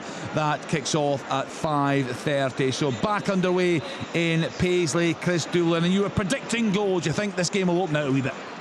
Yeah, I think so. I think there were signs in the first half, Kenny, that the game was starting to stretch a wee bit. You know, there was a wee bit more space through the middle of the pitch, and I think that's where it's going to be key. I think both teams really want to dominate the central area, and you can see there's a lot of quality from both sides in that midfield area. But whoever can take control, who can play forward, who can run forward, I think get goals in this game, because I said it in the first half, both sides are playing quite high. They're leaving some space in behind, so runners off of a striker, it doesn't always have to be the striker that runs in behind. It can come from other areas, and I think something like that's the type of goal that you might see today. What have you made of Carlson so far, Chris? I think he looks terrific. You know, I think early on in the game, he was the one that really was a live wire. You know, difficult to pick up. Has clearly been given not a free roll. I don't think you get a free roll now in football, but I think he's been given the licence to switch and go out the other side. He's difficult to pick up, but I think quickly, within maybe 15-20 minutes, St Mirren really got to grips with him. They're such an experienced team, but I do think if there's a game changer in Aberdeen side, it's certainly him. Teams back out at Ibrox, Billy Dodds, and a change from Jim Goodwin. Yeah, there is. Moeller's on, and Dolchek, who probably had their only attempt, not on target, but that goal in the first half, is off, so that'll be a blow to him. I don't know if he's picked up an injury, Kenny, but the two teams have just come back out, and United making that change. What about the overall quality of this squad? How different does it look today, Billy? Because Rory was picking out Rodwell, looking at a different player. Asgard, that great goal, he's looked more lively today. Do you see real potential for whoever comes in today? Yeah, Ant-Man as well, who's looked a different player, looked really sharp. I think it was always going to lift, Kenny. The fans are more relaxed, they're getting right behind the team. I think that's settling them down. They look a different prospect to what they've been, even the players who were underperforming. Yeah, that's for sure. Yeah, I'd agree with that. I think as well, Stevie Smith spoke yesterday saying that going to strip things back and not overcomplicate things, and I think that's been apparent today. Billy, you mentioned the fact that they're working so much harder off the ball, but it's much easier to work hard when you understand your role, you understand where you're meant to be, and the message is clear, because you can do it with full conviction. Whereas when the message is slightly unclear, you're a wee bit unsure, should I go, should I not, it can sometimes come across like a lack of effort when really it's a lack of understanding. So today they look full cohesion. No, would he? No, absolutely. Do you not have to look at the players though as well? Yeah. The players have to look at themselves here as well. How many times do you see? I'm not talking about Rangers. I'm talking about 99% of managers that get the sack. The club then goes and wins the next game. I do agree with that, Alan, to an extent. But the goal, you just look at the goals. Some of the goals Rangers have conceded, the setup. It was clear to me that they were being asked to set up a particular way that they weren't comfortable with. So I do agree with that point as a whole. I'm not arguing with that, but I think on this occasion they just look like it's been stripped back to basics, and they're able to go out and just play football and do the basics well, whereas Russell Martin for me was trying to overcomplicate things, and I don't think some of the players fully understood. But that isn't to say that on many an occasion the players let themselves down as well. I do take that point on board. Yeah, they were underperforming for large parts of the season, but much more like it from a Rangers perspective this afternoon. Dundee United had a lot of work to do to get themselves back into the game. Their Ibrox Rangers have passed. Oh, surely has to be. Oh, what a clearance that is! Longelo. It's a brilliant piece of play by the substitute, Lisa, that comes on. I think it is. It goes down the left-hand side, gets to the byline. You think it's going to be a tap-in, but Longelo comes from absolutely nowhere and clears it. I tell you what, see, as a defender, you're judged on how much you sense danger. Fantastic defending there, because it's got the Falkirk player switches off. He actually thinks, I'm just going to tap this into empty net, and Longelo comes from nowhere. Brilliant defending, good play from Falkirk, but brilliant defending. But it's interesting when you're talking about Russell Martin, because Jens is very, very structured in what he wants Motherwell to do, but you watch them play and they play with a freedom and a real, an energy, and they want to be on the pitch, but they're coached very well. They get a lot of information, so it's all very well and good saying the players need less information. Motherwell players get loads of information, but they really, really buy into what the manager does, and you watch them play, they really enjoy how they're playing. Richard asked that question. Yeah, I asked the question on the programme. If you look at Motherwell and Rangers, both sides who want to play the ball out, play football from the back, and I asked what the difference was when that ball leaves the keeper for both sides, because one's working and one's not. Communication, understanding, stand out to me. It's not that Rangers aren't capable of it, and I'm not putting all the blame on Russell Martin, because Alan's point is valid that the players need to take more responsibility and perform better. However, with clear instruction and communication, their job is made easier, and it just seems to me that Jens Bertolascu is able to communicate exactly what he wants in a way that the players understand. Rangers have played with their two wingers so high today, and it's occupied Dundee United's back four, and it's left so much space in the midfield, and they are just popping it about for fun. And there's the other one. Tavernier is still going inverted at times, but they're doing it one at a time. It's like still three back the park, making them secure. Arbroath have equalised at home to St John's. What a season there, having Finlay Marshall that goal on 51 minutes, one apiece there at Gayfield. Let's get back to Easter Road, back underway there. Kevin Thompson is there for us, and you were saying, Kev, that the home side in control perhaps should have almost had the game killed off by now. Yeah, they're probably just searching for that second goal, Kenny. I'm just trying to work out 3 subs for Davy Martindale at half time. Definitely know who's come on, but you'll need to come back in about half hour probably for me to work out all 3. You're a good way up the stand there, that's for sure. It's a long way up that stand, I can tell you. I think I might need to get glasses the next time I do this commentary. You enjoying the game, Kevin? It's been a decent game, a decent watch. It has been, Kenny. Listen, a wee bit lacky quality at times, but Kaliji's been a breath of fresh air. He's, as I mentioned, Milligan and McGrath have grown into the game. The back three Hibs have literally not had much to do. Half chances really for Livingston, but they've changed shape a wee bit. Look like they went to a back four, so it'll be interesting to see if they maybe put the foot in the gas a wee bit more, Livingston, and bang it forward a bit earlier and try and back it up. But Hibs have been, for the bulk of it, Kenny, in total control. Yeah, let's get into the Championship. 2 big chances passed up by Ronan Hale for Ross County. Check. What about Thistle's performance this afternoon? Yeah, the game's now crying out for a goal, and it flows from end to end. I think must be pretty even in terms of possession of the ball. It's getting moved about, and they're trying to dig in shots now from way outside the box to try and attempt and goal. The goalkeepers have been dealing heavily with them. There's a movement by Thistle. Tony Watt inside the box now. No, again, Ross County deal with that. Actually, this could maybe develop to something here. Logan Chalmers trying to get the ball through. Tony Watts in the box. It's going to burst into a commentary, Kenny, if somebody doesn't have a dig soon. Carry on. Still 0-0. We're enjoying that check there at Firhill. It's been a goalless game so far, but no shortage of chances in that. I feel there's always decent chances, quite an open game in part of Thistle play. Ian McCall was there a couple of weeks ago against Arbroath. I think the Rue not winning that game, they're quite an open. Ian was saying he likes what Mark Wilson's doing with this at the moment. Yeah, I think, you know, there would have been a lot of eyes on Mark Wilson, especially losing Brian Graham, who was pivotal to the amount of goals and things that they go and just watching Motherwell go through there. Said again, it is. It's really poor play from Keelan Adams in the right back. He just passes it inside to Said. He goes through and he just drives at the back four. Gets to almost to the byline, gets a shot off. Good save by Scott. Any obvious changes for Falkirk in the way they're structured or set up in the second half to try and combat Motherwell? They've made a change. Lisa's come on and Sam Hart's gone off, and they have started better. They've had a bit more possession at the start of the second half. Obviously had that chance, Longello, brilliant defensive play from him, so they have certainly started better, but Motherwell are starting to get into their passing range again. See one thing, Alan, watching them, obviously the passing I think is plain for everyone to see. That they do that really well, but see against the ball, they turn the ball over so often, Motherwell, because they just go and hunt in packs. And I think almost watching this, that's as impressive as the passing, because you know you can't pass the ball if you don't have it. But anytime they lose the ball in a transition, probably 80% of what I've been watching, they've actually came back out with the ball, and there's been a real bite about their play with and without the ball. Yeah, they do, Richard, but again, I'll say it, it's only 1-0, and until they get that second goal, that'll give them possibly a bit of breathing space. Falkirk have still got to believe they can get in it. I've seen this so many times. Chance for Aberdeen, Kenny. Yes, Chris. Massive chance for Aberdeen. It's brilliant play. It's probably the first time they've really threatened going forward. They've given the ball away a lot early parts of the second half, but the one time they put a pattern of play together, it goes in. I think it's Kevin Nisbet that lets it go through him. And it comes out to Carlson, I think, coming off that left side, and he tries to bend it back into the far post, but just maybe a yard over the bar. But again, just that bit of quality that they've got, and that wee bit of threat that they also pose at the top end of the pitch as well. Yeah, it's not far away with that. He scored a similar finish up at Pittodrie recently, where he curled it into that far corner, and that wasn't far away at all.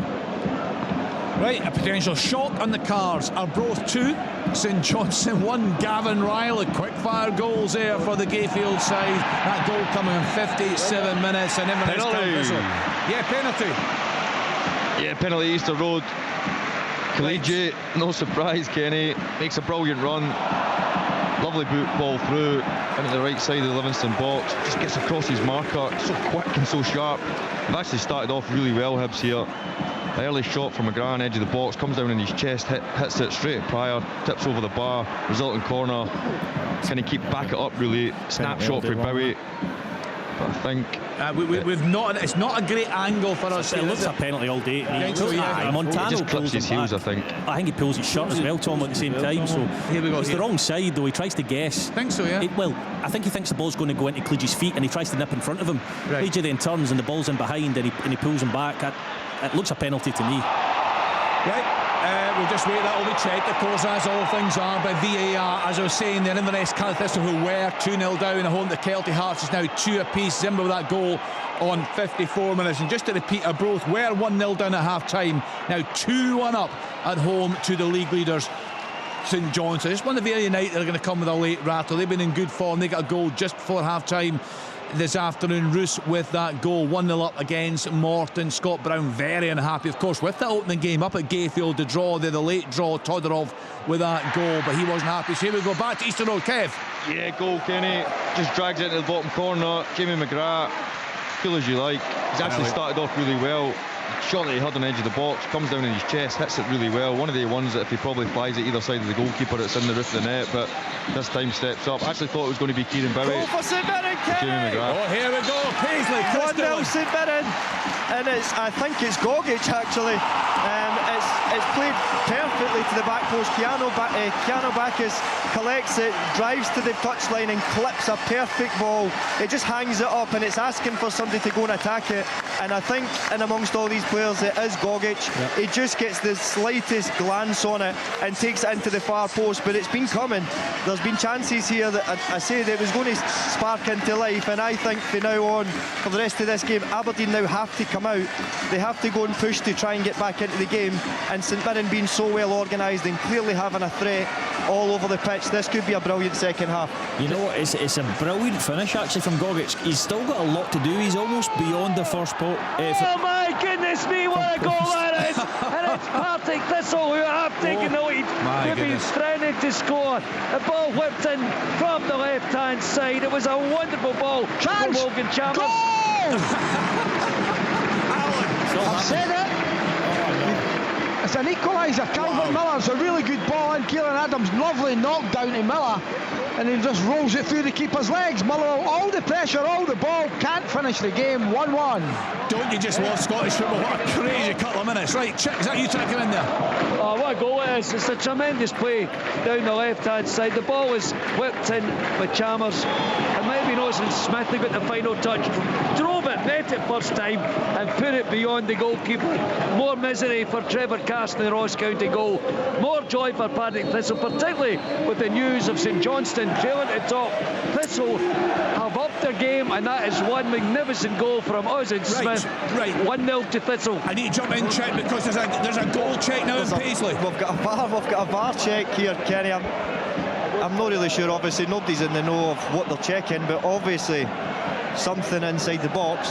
And the referee's over. There's so many bodies in there. Oh, yeah. Got a check here as well at Motherwell. No, he's onside, Alan. Miles onside. Okay. Right, what are they checking in Paisley? Actually, they paused it at the wrong moment there, Alan, because right, the thing offside with the guy in front of the keeper there is impacting the game. So we're seeing it's a tiny wee pitch we've got in here. So it's a quarter screen. So I'm trying to get a good look, guys. You get a better look. Goal given at Motherwell, 1-1. Right, 1-1 in Motherwell. Richard, you called that right away. No offside. So Calvin Miller with that goal, one apiece. Still checking in Paisley. Offside in Paisley. No, he's just denied the goal. It can't be offside, Kenny, because he sent him to the screen. Offside's factual. He said it's offside. I think Rory's trying to work out if he was affecting the keeper. He was knocked out. That's the thing. I think so. Here, and he is, isn't he? Look at that there. He is, isn't he? He's standing in front of the goalkeeper. Is that right, Kenny? Whether he's exceeding him or not is another question. Yeah. I was wrong, Kenny. Oh, with the chance! Oh no. McIver's got to score. Oh, no. This is a complete turn. This is a game at Dens. Exactly as I said, Motherwell brilliant in the first half. McIver's got to score there. He has to score. What's happening between Lungello and the left centre back? Is it Welsh? Because that's exactly where the goal came from, and that's where that chances came from.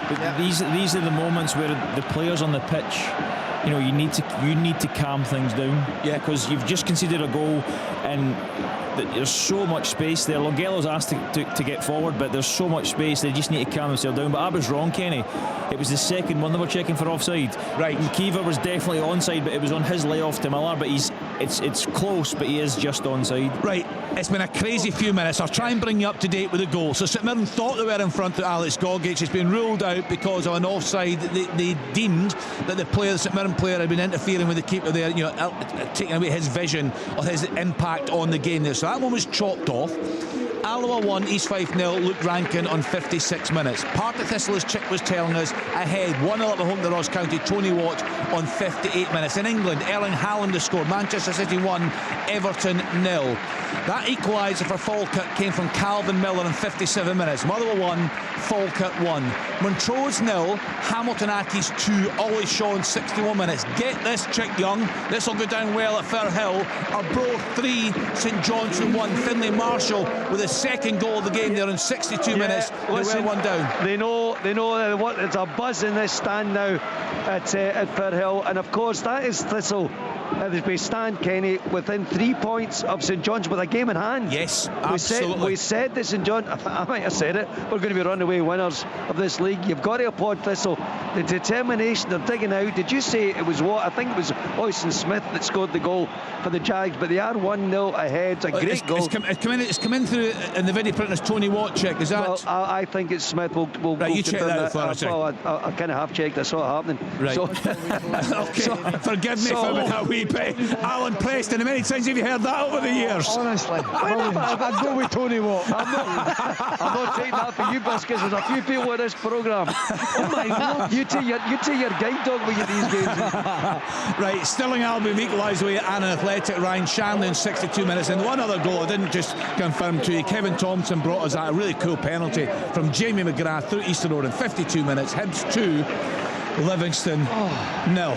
My goodness. Kenny Ibrox as well. I mean, there's so much happening. There's that many goals going in. There's plenty happening here. Phil's been given it or not Phil's. The referee was incurring the wrath of the Rangers fans.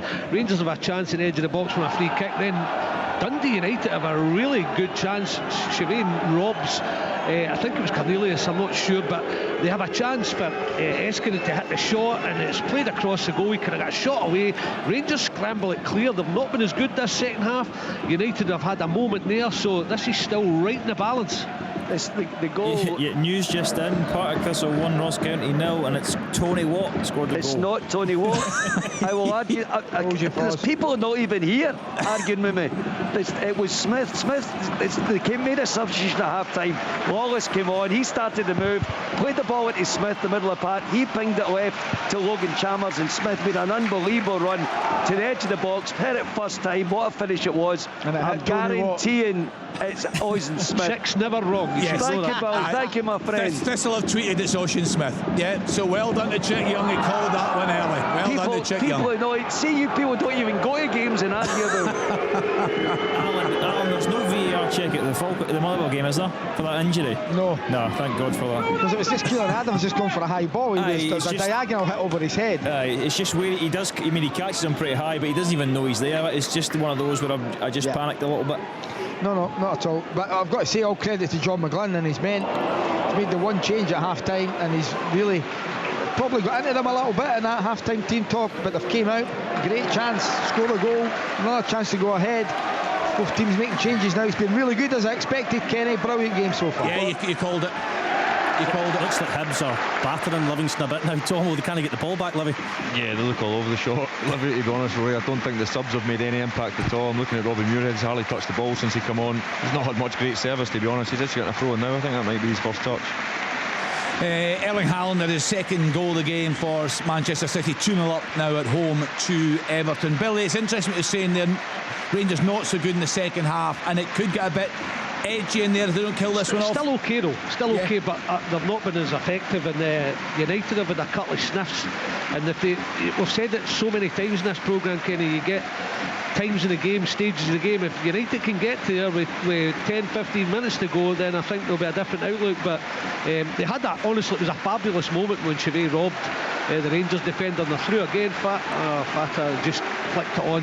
But they're getting moments, United, they're growing into the game, they're actually passing the ball really well in this second half. Just looking at the championship table, as Chick was referring to there, so look at the live table. St Johnstone 24 points, Thistle with a game in hand 21 points, are both 18 points.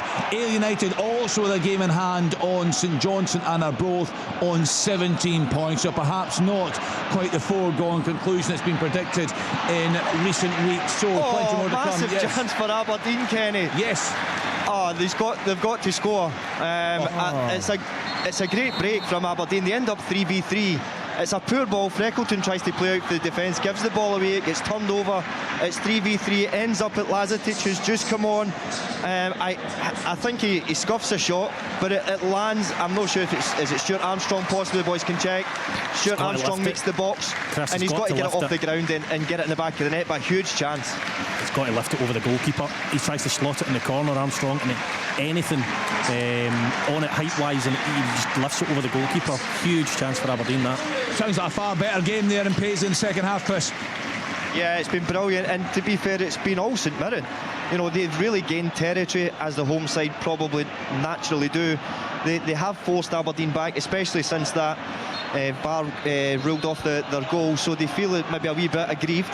But that was the first time really since that goal that Aberdeen have broke away. But again, it shows that the quality, but it's all to do with the last touch. There's no point breaking away and not being able to finish it. I'd like to see that VAR decision back again, because it's very difficult for us to see with the angle, but it doesn't look like the St Mirren player does an awful lot wrong other than just stand his ground. Do you know what, we'll try and get a video of that, you guys have a look, and also what we get is we get guidance from VAR HQ, but they're going to say there's interference. We've asked for that, which I also think, Rory, and I think it's our job. I said this in the programme. I think particularly for the guys at the game, the people at the game, for both sides, they've no idea really what's going on. They just see the stuff, and we'll give them an explanation as soon as we can. But also, I think when people are back in their cars, we'll try and tell you what's happened in that game. Yeah, absolutely. And when the ball comes in, I'm thinking, it's factual, it's offside, it's not offside. And then, as you say, the ball goes near the goalkeeper, and then it changes things. The referee needs to decide whether he's impacting the game or not. And I would need to see it again, but from an angle we've watched, it's minimal contact. But again, I would need to see it again. Right, I've got some guidance here. Let me just read it. SFA guidance. For clarification, the disallowed goal at St Mirren was for offside. This was subjective, as it was a challenge and required the referee to go to the monitor. But you guys want another look at that? Yeah, I would like to see it again. I think, because there's so many bodies involved in the distance we are from the TV, I've got my glasses on and couldn't really be definitive. I was just laughing there because Falkirk took a quick free kick and absolutely shelled it right off of Stevie McLean. Equaliser, I send it to you.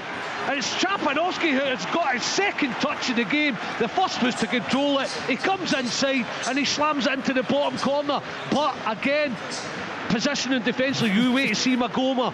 There's no pressure on the ball from deep. It's that long ball, and they've spun in behind. It's blasted across. It comes to Trapanovsky. He shifts it, he hits, and he leaves Butland for dead. 1-1. Wow.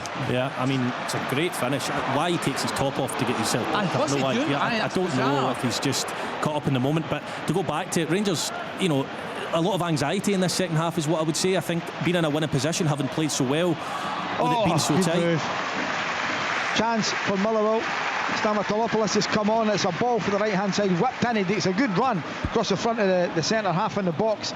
Side foot just doesn't get enough on it. Comfortable save for Scott Bain. 1-1, 68 minutes on the clock, but a more even match in the second half, Kenny. It's a simple run in behind, and then the ball's cut back. Trapanovsky takes a touch and slots it into the far corner. It's a really good finish, actually. Goalkeeper. Rangers just look a little bit more anxious in this half than they did in the first half. Do you think the keeper should do better there first? I don't know. It looked to me that the other angle he gets a touch.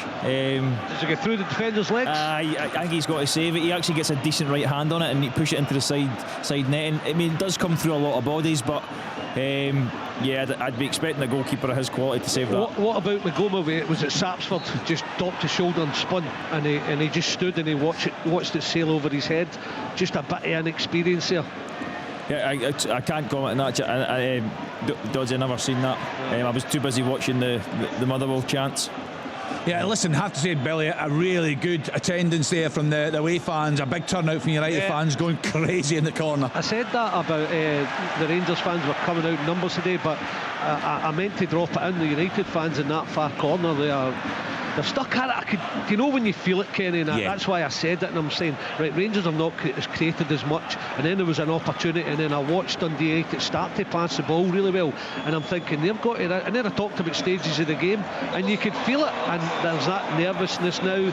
The United fans are in good voice. They've got to find a way to a lot of chat about the lack of Scots in the Dundee United team. I think this second half, Craig Sibbald's been a standout, Billy. I think he's been really good. Really good, just break things up, so that United equaliser from Christian Trapanovsky got booked. He took his shirt off, I don't know why, on 66 minutes, one apiece there. A quick fire double from Mateta for Crystal Palace, as in two apiece with Bournemouth. And there was another goal coming through. Hamilton Accies 3-0 up away at Montrose. Stephen Bradley with that goal on 70 minutes. We're going to be on the television in a few minutes time, and we'll go around the grounds. And a reminder, the action continues on BBC Radio Scotland. Really looking forward to this one at Rugby Park tonight. Kilmarnock at home to Hearts. Derek McInnes, of course, returning to the club there at Rugby Park. His side top of the table. Another chance for Aberdeen, Kenny. Another superb chance. It goes wide. Chris, just one second. Chris, we've just gone to television. Welcome to viewers who have joined us on BBC One Scotland. As you can hear, it's another crazy, busy afternoon in Scottish football. No shortage of drama. Rory Loy and Richard Foster alongside me here in the studio. Let's take you on a journey around the grounds. Let's start with that big game at Ibrox. Billy Dodds is here for us, and we've just barely seen an equaliser for the away side. Yeah, and you could feel it coming, although Rangers were brilliant first half, should have been miles ahead, but they were were through, up 1-0 through a brilliant goal from Asgard. In the second half, yeah, they were probing, but United were starting to grow in stature, and then suddenly Trapanovsky picks up the ball on the left hand side, cuts in, hits a low shot into the far corner, and United are right back in it. 1-1 at Ibrox. Yeah, Billy, you said so much more energy, particularly in the first half from Rangers this afternoon. There's so many chances here, but United hung in, and well and done United to them. Are through. Oh, I'll tell you what, yeah. Mola just gets, well, it's Jack Butland just gets here before Mola, but yeah, the Rangers were great first half, crowd were getting right behind them, a lot of energy, good movement, fast passing, and off the ball there was a press as well. They were going about their business off the ball, but it dropped a little bit in the second half, maybe a bit of tiredness creeping in, but United have capitalised on that and taken advantage, and Rangers now making a substitution. Chermiti is going to come on. I've just seen Stevie Smith say to Chermiti, two up top. I mean, it's remarkable to turn around in this game, isn't it, Rory? Yeah, it is. I mean, Rangers were fantastic in the first half. I just think with the poor start to the season, a little bit of anxiety's crept in the second half, along with the fact that Dundee United have fixed their problems and look much better in this second half. Yeah, so game on there at Ibrox. Rangers look to be in control, but fair play to United right back in that one. Let's get to the game in pace that we heard from Chris Doolan just as we come on to television there. St Mirren home to Aberdeen. What's happening, Chris? It's really end-to-end now, Kenny. Apologies for talking over the top of you. There's real excitement, I think, from around the ground. Both teams breaking, and I think I spoke early in the game about closing off the middle of the pitch. That just seems to have been thrown to the side now for both sides. The middle of the pitch is wide open, and it's almost a case of basketball at one end to the other end, but it's exciting. There's a lot happening now. And it's whoever can manage the game probably for now to the end that might get that chance. Yeah, so to the two guys in the studio, you want to see a replay of that goal that was chopped off or something, and you're not convinced? Yeah, just because it's obviously subjective, we don't know how much interference there actually is. But this will be ruled out surely for handball. Right, OK, so Alan Preston is fair part. Let's get there. Motherwell against Falkirk. Alan. Yeah, Stamatolopoulos has just put the ball in the back of the net. It's a shot from Maswanise. It's saved by Scott Bain, but for me it breaks off his hand and he knocks the ball to the back of the net. Yeah, to be fair, Alan, none of them are really celebrating, are they? I think it's almost like they know. He's going to wait and see, but it's been a really good game, Kenny. And it's a rerun of Motherwell v Dundee early on for Motherwell. First half they totally dominated, they were brilliant. Now the goal disallowed after a VAR check, Said's goal, but there was a foul in the build-up. Then they took the lead in 22 minutes. Really good team move. Maswanise it was who curled the ball into the back of the net, and you think they've got to go on and get a few more goals. Falkirk not really in that opening 45 minutes, but all credit to John McGlynn. They've come out second half, got a really good equaliser, ball to the back post. McKeever knocks it down. There's Calvin Miller, really good finish with his right foot, and that goal has been disallowed, so it's 1-1 with 73 minutes in the clock. I think Stevie McLean gave that at the time, didn't he? He gave the handball. Yeah, just checked it. Yeah. But it's so frustrating, isn't it, Rory, for the Motherwell fans? They're loving it. A lot of our pundits are loving the football that they play, but they're not getting the points that their play for large parts deserve. Yeah, and again, you've got to give Falkirk a bit of credit coming into it in the second half, but Motherwell were doing enough in that first half to have scored 2 or 3 goals, and then they want to continue to play the way they're playing, and Falkirk have found an answer to it. So if plan A is not working, I'm not saying you shell the ball up the pitch, but you could be a little bit more pragmatic at times in trying to get a result, because I think results will start to come into focus the more points they drop from winning positions. Just to go back, Richard, to that game in Paisley, so St Mirren thought they had the opening goal through Alex Gogic. There was a long VAR check, so the SFA guidance for clarification, the disallowed goal at St Mirren was for offside. This was subjective, as it was a challenge and required the referee to go to the monitor, and you're saying you want another look at that? Yeah, I think they've obviously got a far better view than we do here. It's just whether how much interference there actually is, but they've called it at the time. I think the keeper's complaining at the time, I think, and they've seen it and they've looked at it, and we can't really argue with that because we don't have a good enough view to challenge it. It would be interesting to see it again. What a save! It's a 1-on-1. He's through. I mean, it's getting naughty for Rangers now because oh my word! You think Philo Asgard's goal was good, and I'll tell you what, Rory, you mentioned him. He's been unbelievable second half. Craig Sibbald, he's marked Raskan, and then he has just hit a wonder strike. It is 2-1 Dundee United. What a goal! Jack Butland led with no chance with a left foot rocket. I mean, it's a wonder strike. But you know, it comes from Dundee United being better in the game. They're higher up the pitch. They turn the ball over. They keep the ball for a few passes. And I mean, as a defender, you're almost letting him shoot from there. You're almost saying, "Well, go and then hit it," and he just absolutely whips it right into the top corner of his left foot. Fantastic technique. He tries a pass through. He's through on goals. A good save from Butland. There's a good little touch in midfield. I mean, there's not a lot of players around him, but that is an outrageous goal. You still think they can wait a month on a manager? A good point, Alan. We had the debate earlier in the programme. When all the teams, we've had obviously Hearts have been away, Hibs, Dundee United, Rangers have all been away, but when all the other clubs, the bigger, as so-called bigger clubs, have been in the top flight, nobody's really split Celtic and Rangers. This could be an opportunity for a club to go and...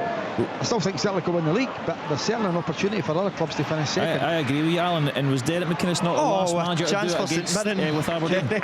Yeah, I mean, listen, we had a good debate on this a few weeks ago, and it was an interesting one, and the feeling was that Hearts could do something special this season.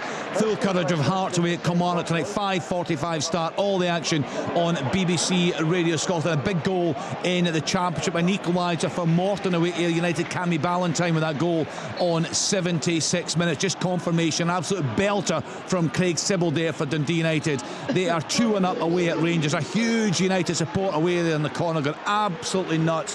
What a comeback from Jim Goodwin and his players there. Let's get back to the game in Paisley. It seems to be end-to-end stuff there, Chris Doolan. Yeah, it's a brilliant second half, Kenny. I think that feeling was always there. It was just, it needed something to spark the game into life, but it really has been end to end. And I mentioned about closing the middle of the pitch, and that's all gone. Both sides are structurally very, very good, but they are creating chances now. St Mirren just broke forward there. Declan John is in the box as a wing back, and they are committing bodies forward. Both sides are trying to get that goal, because 3 points in a fixture like this is massive. Right, let's get to the game at Easter Road. Hibs at home to Livingston. Kevin Thompson is there for us, and fairly straightforward for the home side there, Kev. Yeah, they've been terrific in the second half, Kenny. They really have. They come for the jugular right through the off. Got that second goal for the spot. Livingston have run the changes, all of 6. We hear that one was for concussion at half-time. I don't know if it might have been Danny Wilson. Obviously, being the captain, you'd think that there's maybe potentially something up with him to come off. Cleege's been absolutely fantastic all afternoon. He's just made way just recently for Martin Boyle and Hoylett, with Bowie obviously being the other one to be replaced. But in cruise control, really. I think Dave will only be a wee bit anxious if Livingston managed to steal something out of nothing, and they almost did with Andrew Shinnie there for a throw in deep in the right channel. Just a bit of imagination, pops it round the corner for himself off his chest and hits it at left foot. But I have to say, Challenger in goals, Harley really made a save. A long one for Robbie Muirhead for probably all best part of 30-35 yards. But apart from that, he's had a watchful afternoon. I think, Chris, I don't know if this will be looked at. I think the St Mirren player actually kicks out here. I don't Is see it Richardson down the right hand side? He gets fouled, definite foul to book it, but as he falls over, he just lifts his leg there. Oh, there, yeah. That's a red card. Yeah, you give a red there. Yeah, he knows what he's doing. You can see the Aberdeen players in pain. It's ridiculous to challenge like that. You know, you've got the foul, you've got the Aberdeen player book. I know you're annoyed, but just get up and get on with it, because I think he'll go for this. Goal!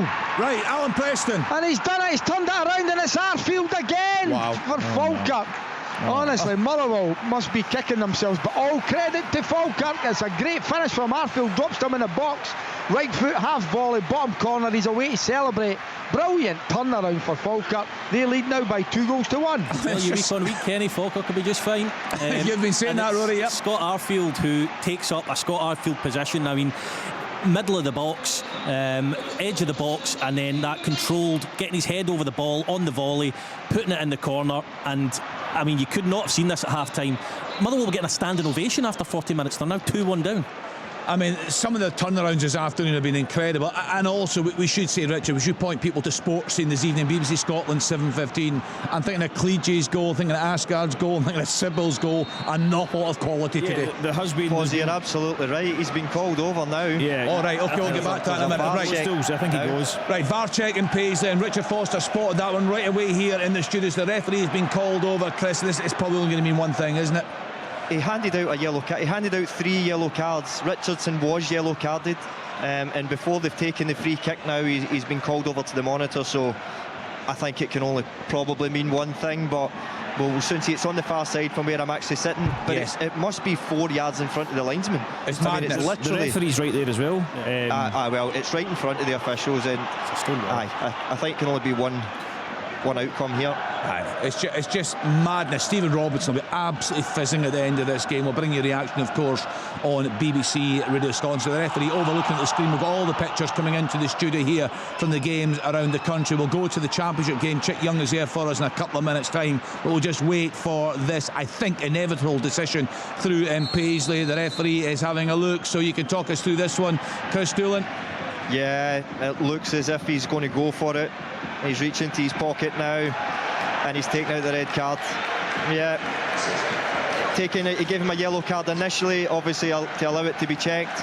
It was checked relatively quickly, and Lloyd, the referee, was only at the monitor for maybe 60 seconds, as if it was an easy decision to make. So as Foz said, it was in the far side from me. I mean, it's a clear foul on Richardson. He's clearly pulled back, but I didn't see him throw his leg up. But the referee, clearly having checked the monitor, thought it was a straight red card. Yeah, 100%. And it's pretty sore getting kicked with the studs wherever it is in your body. In that area of the body, it is it's dangerous as well as very sore. So it's the right decision. It's a stupid foul thing from Richardson to do, because he's got the foul, he's got the Aberdeen player booked, they've got a free kick, they're good at set plays, they've got a chance to load the box, and I mean, they still take the free kick, but they're down to 10 minutes. Awkward apology to his teammates at the end of the game in the changing room. Foz. Been there, Rory. Right, goal somewhere. Goal.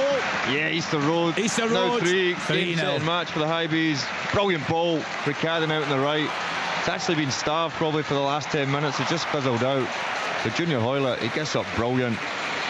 Don't know who he gets across, but it's a brilliant ball for Ricardo to the right, whipped in, right in between the sticks, in the middle of the 6-yard box. Junior Hoylett, not had much involvement since he come on, but leaps well. Brilliant header into the far corner of the net. 3-0 Highbees. Yeah, Kevin, we spoke earlier on what the problem was with Hibs this season. Just too many draws for David Gray's liking. What's looked different today, albeit I think you'd have to say a very much under par performance from the away side? Yeah, I don't think Davey will be too pleased when we listen to his post-match stuff, but they've just really been poor, Livingston. They've looked a wee bit all over the shop. I thought they would be really hard to beat. Thought they would be bundles of energy, but they've not really. Hibs, to be fair to them, started terrifically well in the second half. It could have been 2 or 3 within the first 5-10 minutes. The penalty obviously comes early on, but they've just really assured. The back three, they've never really been tested, Kenny. You know, when you got the experience of Grant Hanley in there as a 3, he's hardly had to make a header, really. He just marshalled, he's shuffled side to side. It's been a relatively easy afternoon, and the goalkeeper's hardly touched the ball.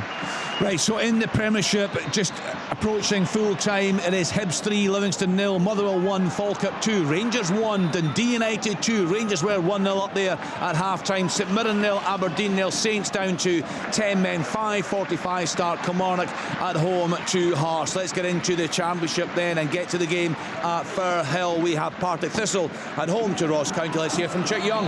In some game it is as well. Partick Thistle lead by a goal to 0.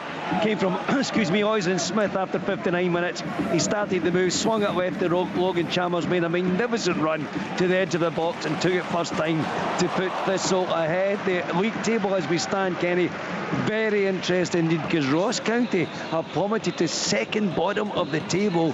They are now 16 points behind leader St Johnstone, who in turn are only 3 points ahead of the Jags playing in front of me, and Partick Thistle have a game in hand. There's a book in there actually for taking too long over the throw in. It's Barry Redding who's been given the yellow card against him, and then actually the throw in has gone to Ross County. It's a right good second half this, I'm telling you. I think Thistle have a grip in the game. Massive win from them if they can hang on. Oislin Smith's goal is the difference at the moment. It is Partick Thistle 1, Ross County 0. Yeah, it's a real concern. It's got to be a real concern. Roger, you played for both these clubs, of course. Partick Thistle, a lot of plays for the style of play under Mark Wilson. He's got them really doing well, despite that opening day horrific scoreline, of course, up at St Johnstone, the 5-1 there. But you look at them going very well. Perhaps should have more points on the board. Ross County, what a story is developing there. Yeah, I think it just shows you that, confidence in a squad, confidence in a team. because even though they've got the new managers go in, they were a bit low, they were a bit flat, and sometimes, you know, we always talk about that little bounce that teams get from a new manager going in, but it doesn't always happen. The Championship, as we know, is a very, very competitive league. It's not easy. The amount of teams that go down and then struggle to come back up. It was never going to be an easy task for County to come back up, but the way they've started is a real surprise to most of us, I think, because when you see a team, and I know we talked earlier about maybe signing too many older players, but when you see that experience, you think that's going to be enough to get them through. But the way it's going just now, they need to do something a little bit different, because they're not getting the results, and you know, they're not going to get promoted. They might. Playoffs is the only hope for them now, especially with the way Thistle are playing, and I know St Johnstone are losing today, but it is a real worry.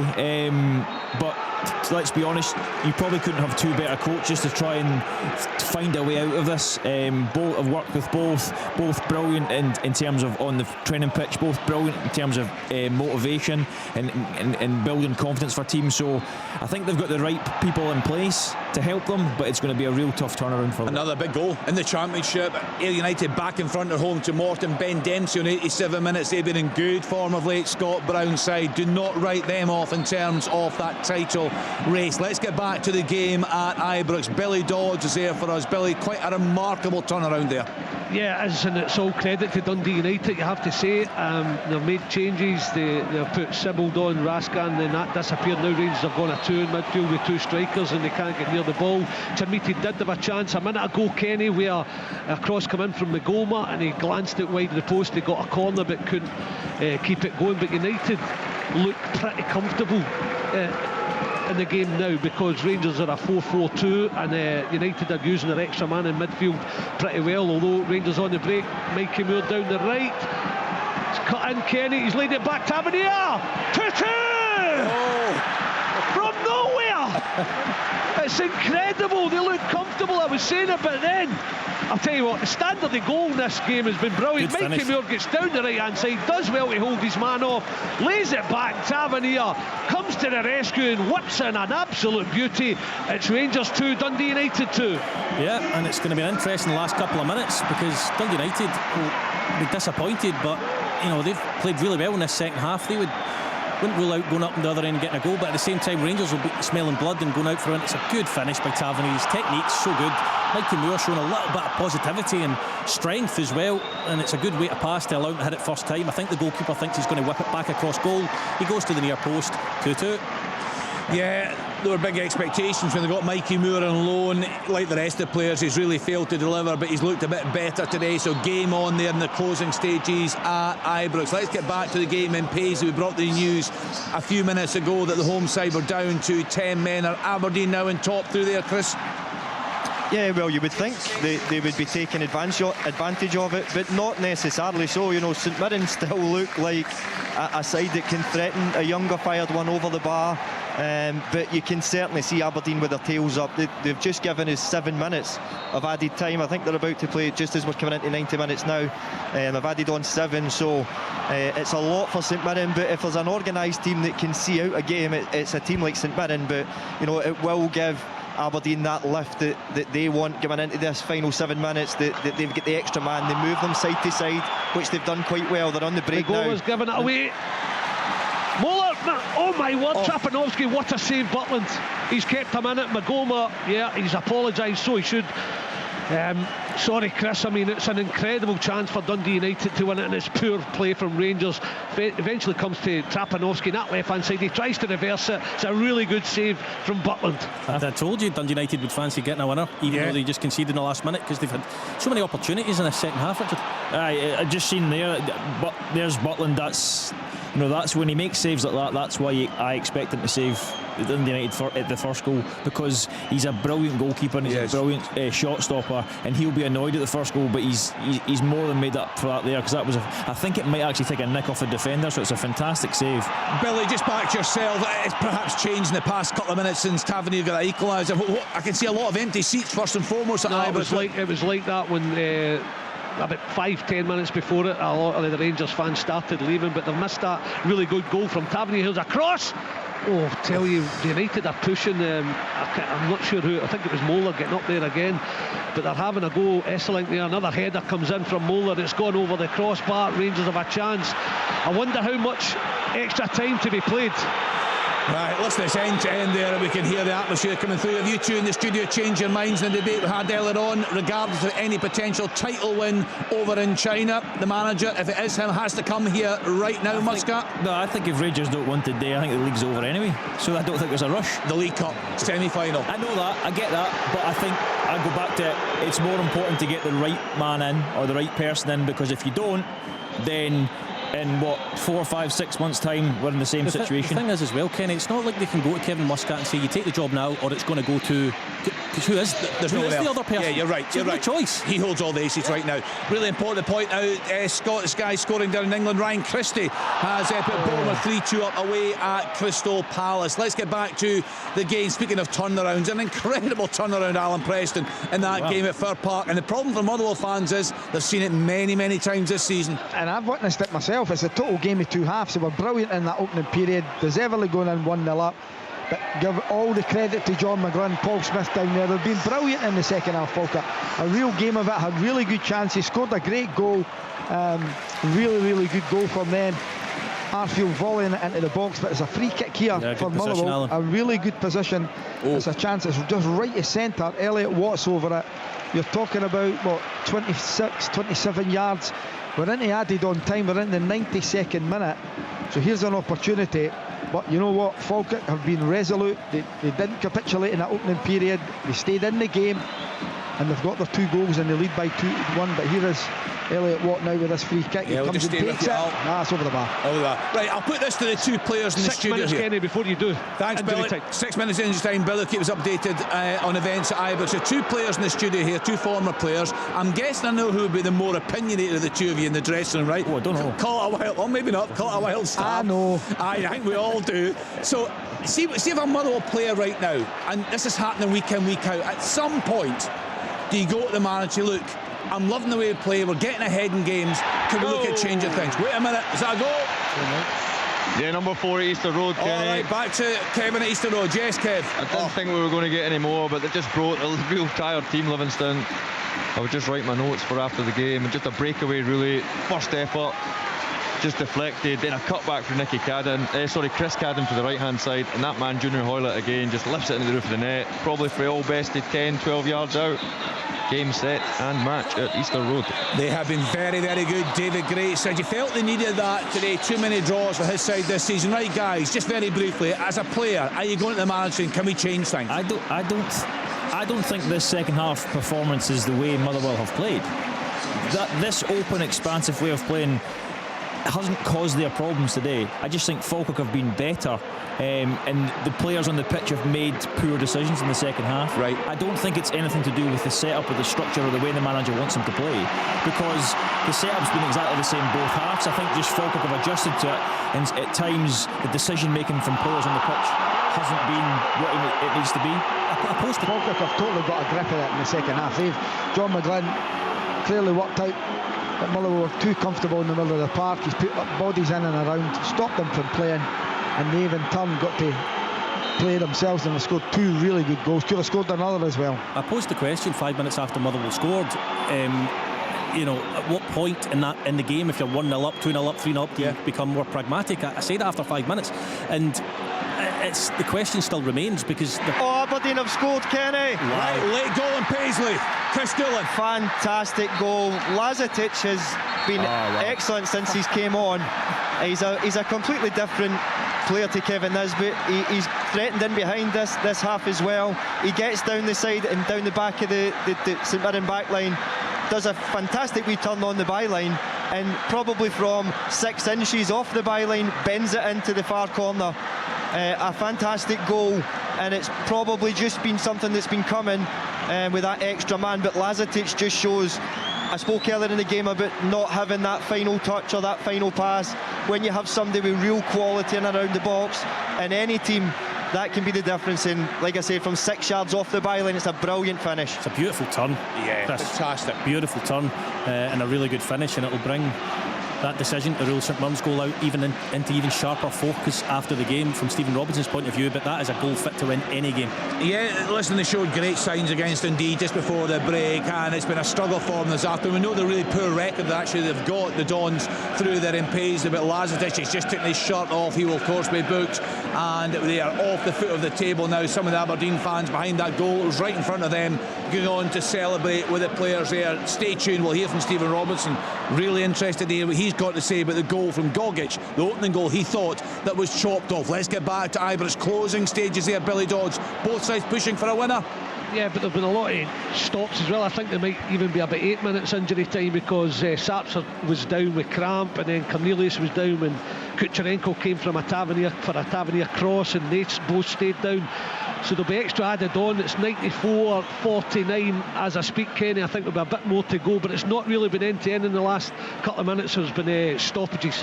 What positives, Billy, if it remains 2-2, what positives can the Rangers fans take today? Are they seeing players who are now performing a bit better, showing more potential than they were under the system under the previous manager? I think the effort's been there for the full 90. I think first half they were really good, and you could see them getting freed up, Kenny. You could see them getting freed up, Kenny, and they were really good first half. The energy's still been there second half, but they haven't quite been as good, and it's now just become, it's a boxing match. They're slugging it out against one another, these two. Right, we'll get back to Billy for the full-time whistle. The full-time whistle, Chris Doolan has gone in Paisley. Yeah, 97 minutes, Kenny, and it was, I think it's 96 that the goal goes in. It's a real sucker punch for St Mirren, who put a lot into the game. I said most of the time they look the threatening side, but it just shows when you break away and you've got somebody of real quality at the top end of the pitch in the Premier League. And we've got red cards going off to the coaching staff now as well. It's kicking off a wee bit after the game, but I think all the tempers will be flaring because of the goals that are chopped off as well. That'll be over that decision. I'd imagine Stephen Robinson's watched it back. The goal, yeah, he was showing it. He was right. Can't be going into the referee like that. He was getting quite aggressively there. The St Mirren manager at this point. For Park, Falkirk have won by 2-1. Right, Alan Preston. You couldn't have seen. Well, maybe you could have seen that one coming, given what you've seen before. But certainly the balance of play in the first half, you wouldn't have seen that coming. No, not at all. Motherwell were excellent in that opening period. Deservedly going in 1-0 up. Brilliant goal from Maswanisi. They also had another one by Saeed, ruled out after a VAR check for a foul in the middle of the park in the build-up. And you think Falkirk are just hanging in there. They go in 1-0 down. They come out the second half. John makes changes, goes right in the faces of the Motherwell players, stops them from playing, and they get an equaliser in 57 minutes, knocked down by McKeever, and there's Calvin Miller, brilliant finish through the keeper's legs. Then they bring on the man at the moment, Scott Arfield, who's been brilliant since he's come back to them. He really has. He's shown his experience, comes off the bench. It's a ball to the back post, knocked down by Graham, and there was Arfield, half volley home. There was only 11 minutes to go, and Motherwell could not do anything. Stanatopoulos had the ball in the back of the net, but he did handle it. It was a shot from Maswanisi, saved by Bain. But the striker handled the ball as he's bundling it over into the back post. It's a massive 3 points for John McGlynn. For Jens Bertalascu, he's got to get someone to put them 2 goals up, 3 goals up, because at 1-0, all the nice pretty football doesn't win you the game. It's been an incredible match. I thought it would be a good game, and it proved to be the case. All credit to Falkirk. Brilliant 3 points, great away day for the big away travelling support. Yeah, well done to John McGlynn. Also a big travelling support in Paisley this afternoon. The Aberdeen players are still celebrating with them behind that goal, in which the goal was scored there right at the death, the 96th minute, after Saints were reduced to 10 men and had a contentious goal chopped off in the first half. Stephen Roberts shown a red card. Right, Billy Dodds, full time at Ibrox. Yeah, and the whistle went a few seconds ago. It was letting Alan finish his report. It finished here at Ibrox. Rangers 2, Dundee United 2, and United put so much into it. Could have won it right at the death, way beyond the 96th minute. Kamara hit a shot just over the crossbar, but they're away to their fans now. They've enjoyed the day. It's a really good point. Could have been 3, but Rangers left to rue a really good first half performance. It finished at Ibrox. Rangers 2, Dundee United 2. Plenty more reaction to come on sports, and I can also see from the pictures in the studio, Kevin Thompson, full-time whistle has gone to Easter Road. Yeah, game over, Kenny. 4-0, comfortable afternoon, a real good afternoon actually. Kalidji, the star of the show, some great goals. I'd hate to be disrespectful anyway, but a real poor showing for Livingston, but real comfortable afternoon, and a big win for the Highbees, because it certainly rockets them up the table. Yeah, so we'll get reaction. As I say, watch Sports Scene tonight. That's on BBC Scotland from 7:15. Some fantastic goals and no shortage of drama right across Scottish football this afternoon. It's hard to know. We'll just go around the grounds in a few minutes' time, and we'll try and bring you reaction. And don't forget, there's a massive game at Rugby Park tonight. Kilmarnock at home to the league leaders Hearts. We'll bring you the team news from there just shortly. Full commentary to come on BBC Radio Scotland. It's a 5:45 kick-off. Richard Foster, that game at Ibrox today, the Rangers fans given some hope in the first half. They looked a different team, more energy, they looked very good. United were all over the place. Jim Goodwin got them in, made some changes, and in the end they couldn't hit it. Yeah, and I think that possibly just highlights again the frailty of Rangers at the moment, because no doubt they were better. They looked like they played with a bit more freedom. You know, they you know, you're talking about Asgard. The goal he scores is excellent, but it's just he picks the ball up just inside, I think, the Dundee United half, drives after a good little bit of play by Gassam, I think is in the wide area. He drives forward, cuts inside two players, and I think we'd have probably seen him past that. You know, under the last manager, he'd have probably cut inside and played a pass, and they always wanted to play that extra one, but he's just unleashed an absolute, you know, hammer and right into the top corner. So I just think they played with a bit more freedom. They looked more energetic. They looked like they enjoyed the game in the first half. And then you've got to credit Dundee United. You know, Jim Goodwin's obviously, you know, similar. We'll speak about McGlynn. Coming in at half time, can you change the game? Can you change the game to make it in your favour? And Goodwin done that. He got Dundee United back into the game. They were, you know, more robust in the second half. They made better chances with the quality going forward. And you rightly said they could have probably nicked it at the end. But again, I think probably 2-2's fair.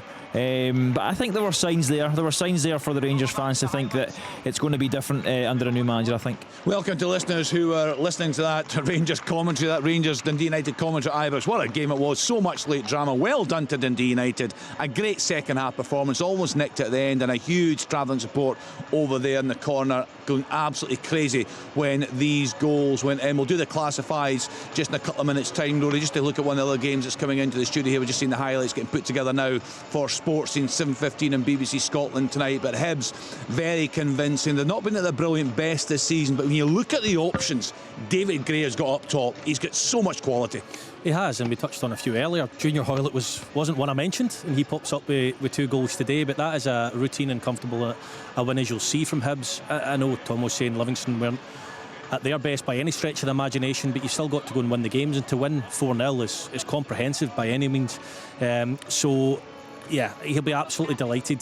Clegy looked very, very good, won a penalty, scored a goal. You've got Hoylett coming off the bench, got McGrath scoring, Bowie playing his part, Boyle coming off the bench.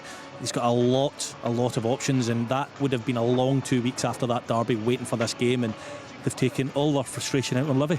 Yeah, very, very good from Hibs this afternoon. So what we'll do now, we'll go through the classified scores for you. We'll have a look at the tables, lots of changes, particularly that championship table this afternoon, so we'll get to that as well. And then after that, we will cross to Rugby Park to get the team news ahead of the 5:45 kick-off, Kilmarnock at home to Hearts. So the classified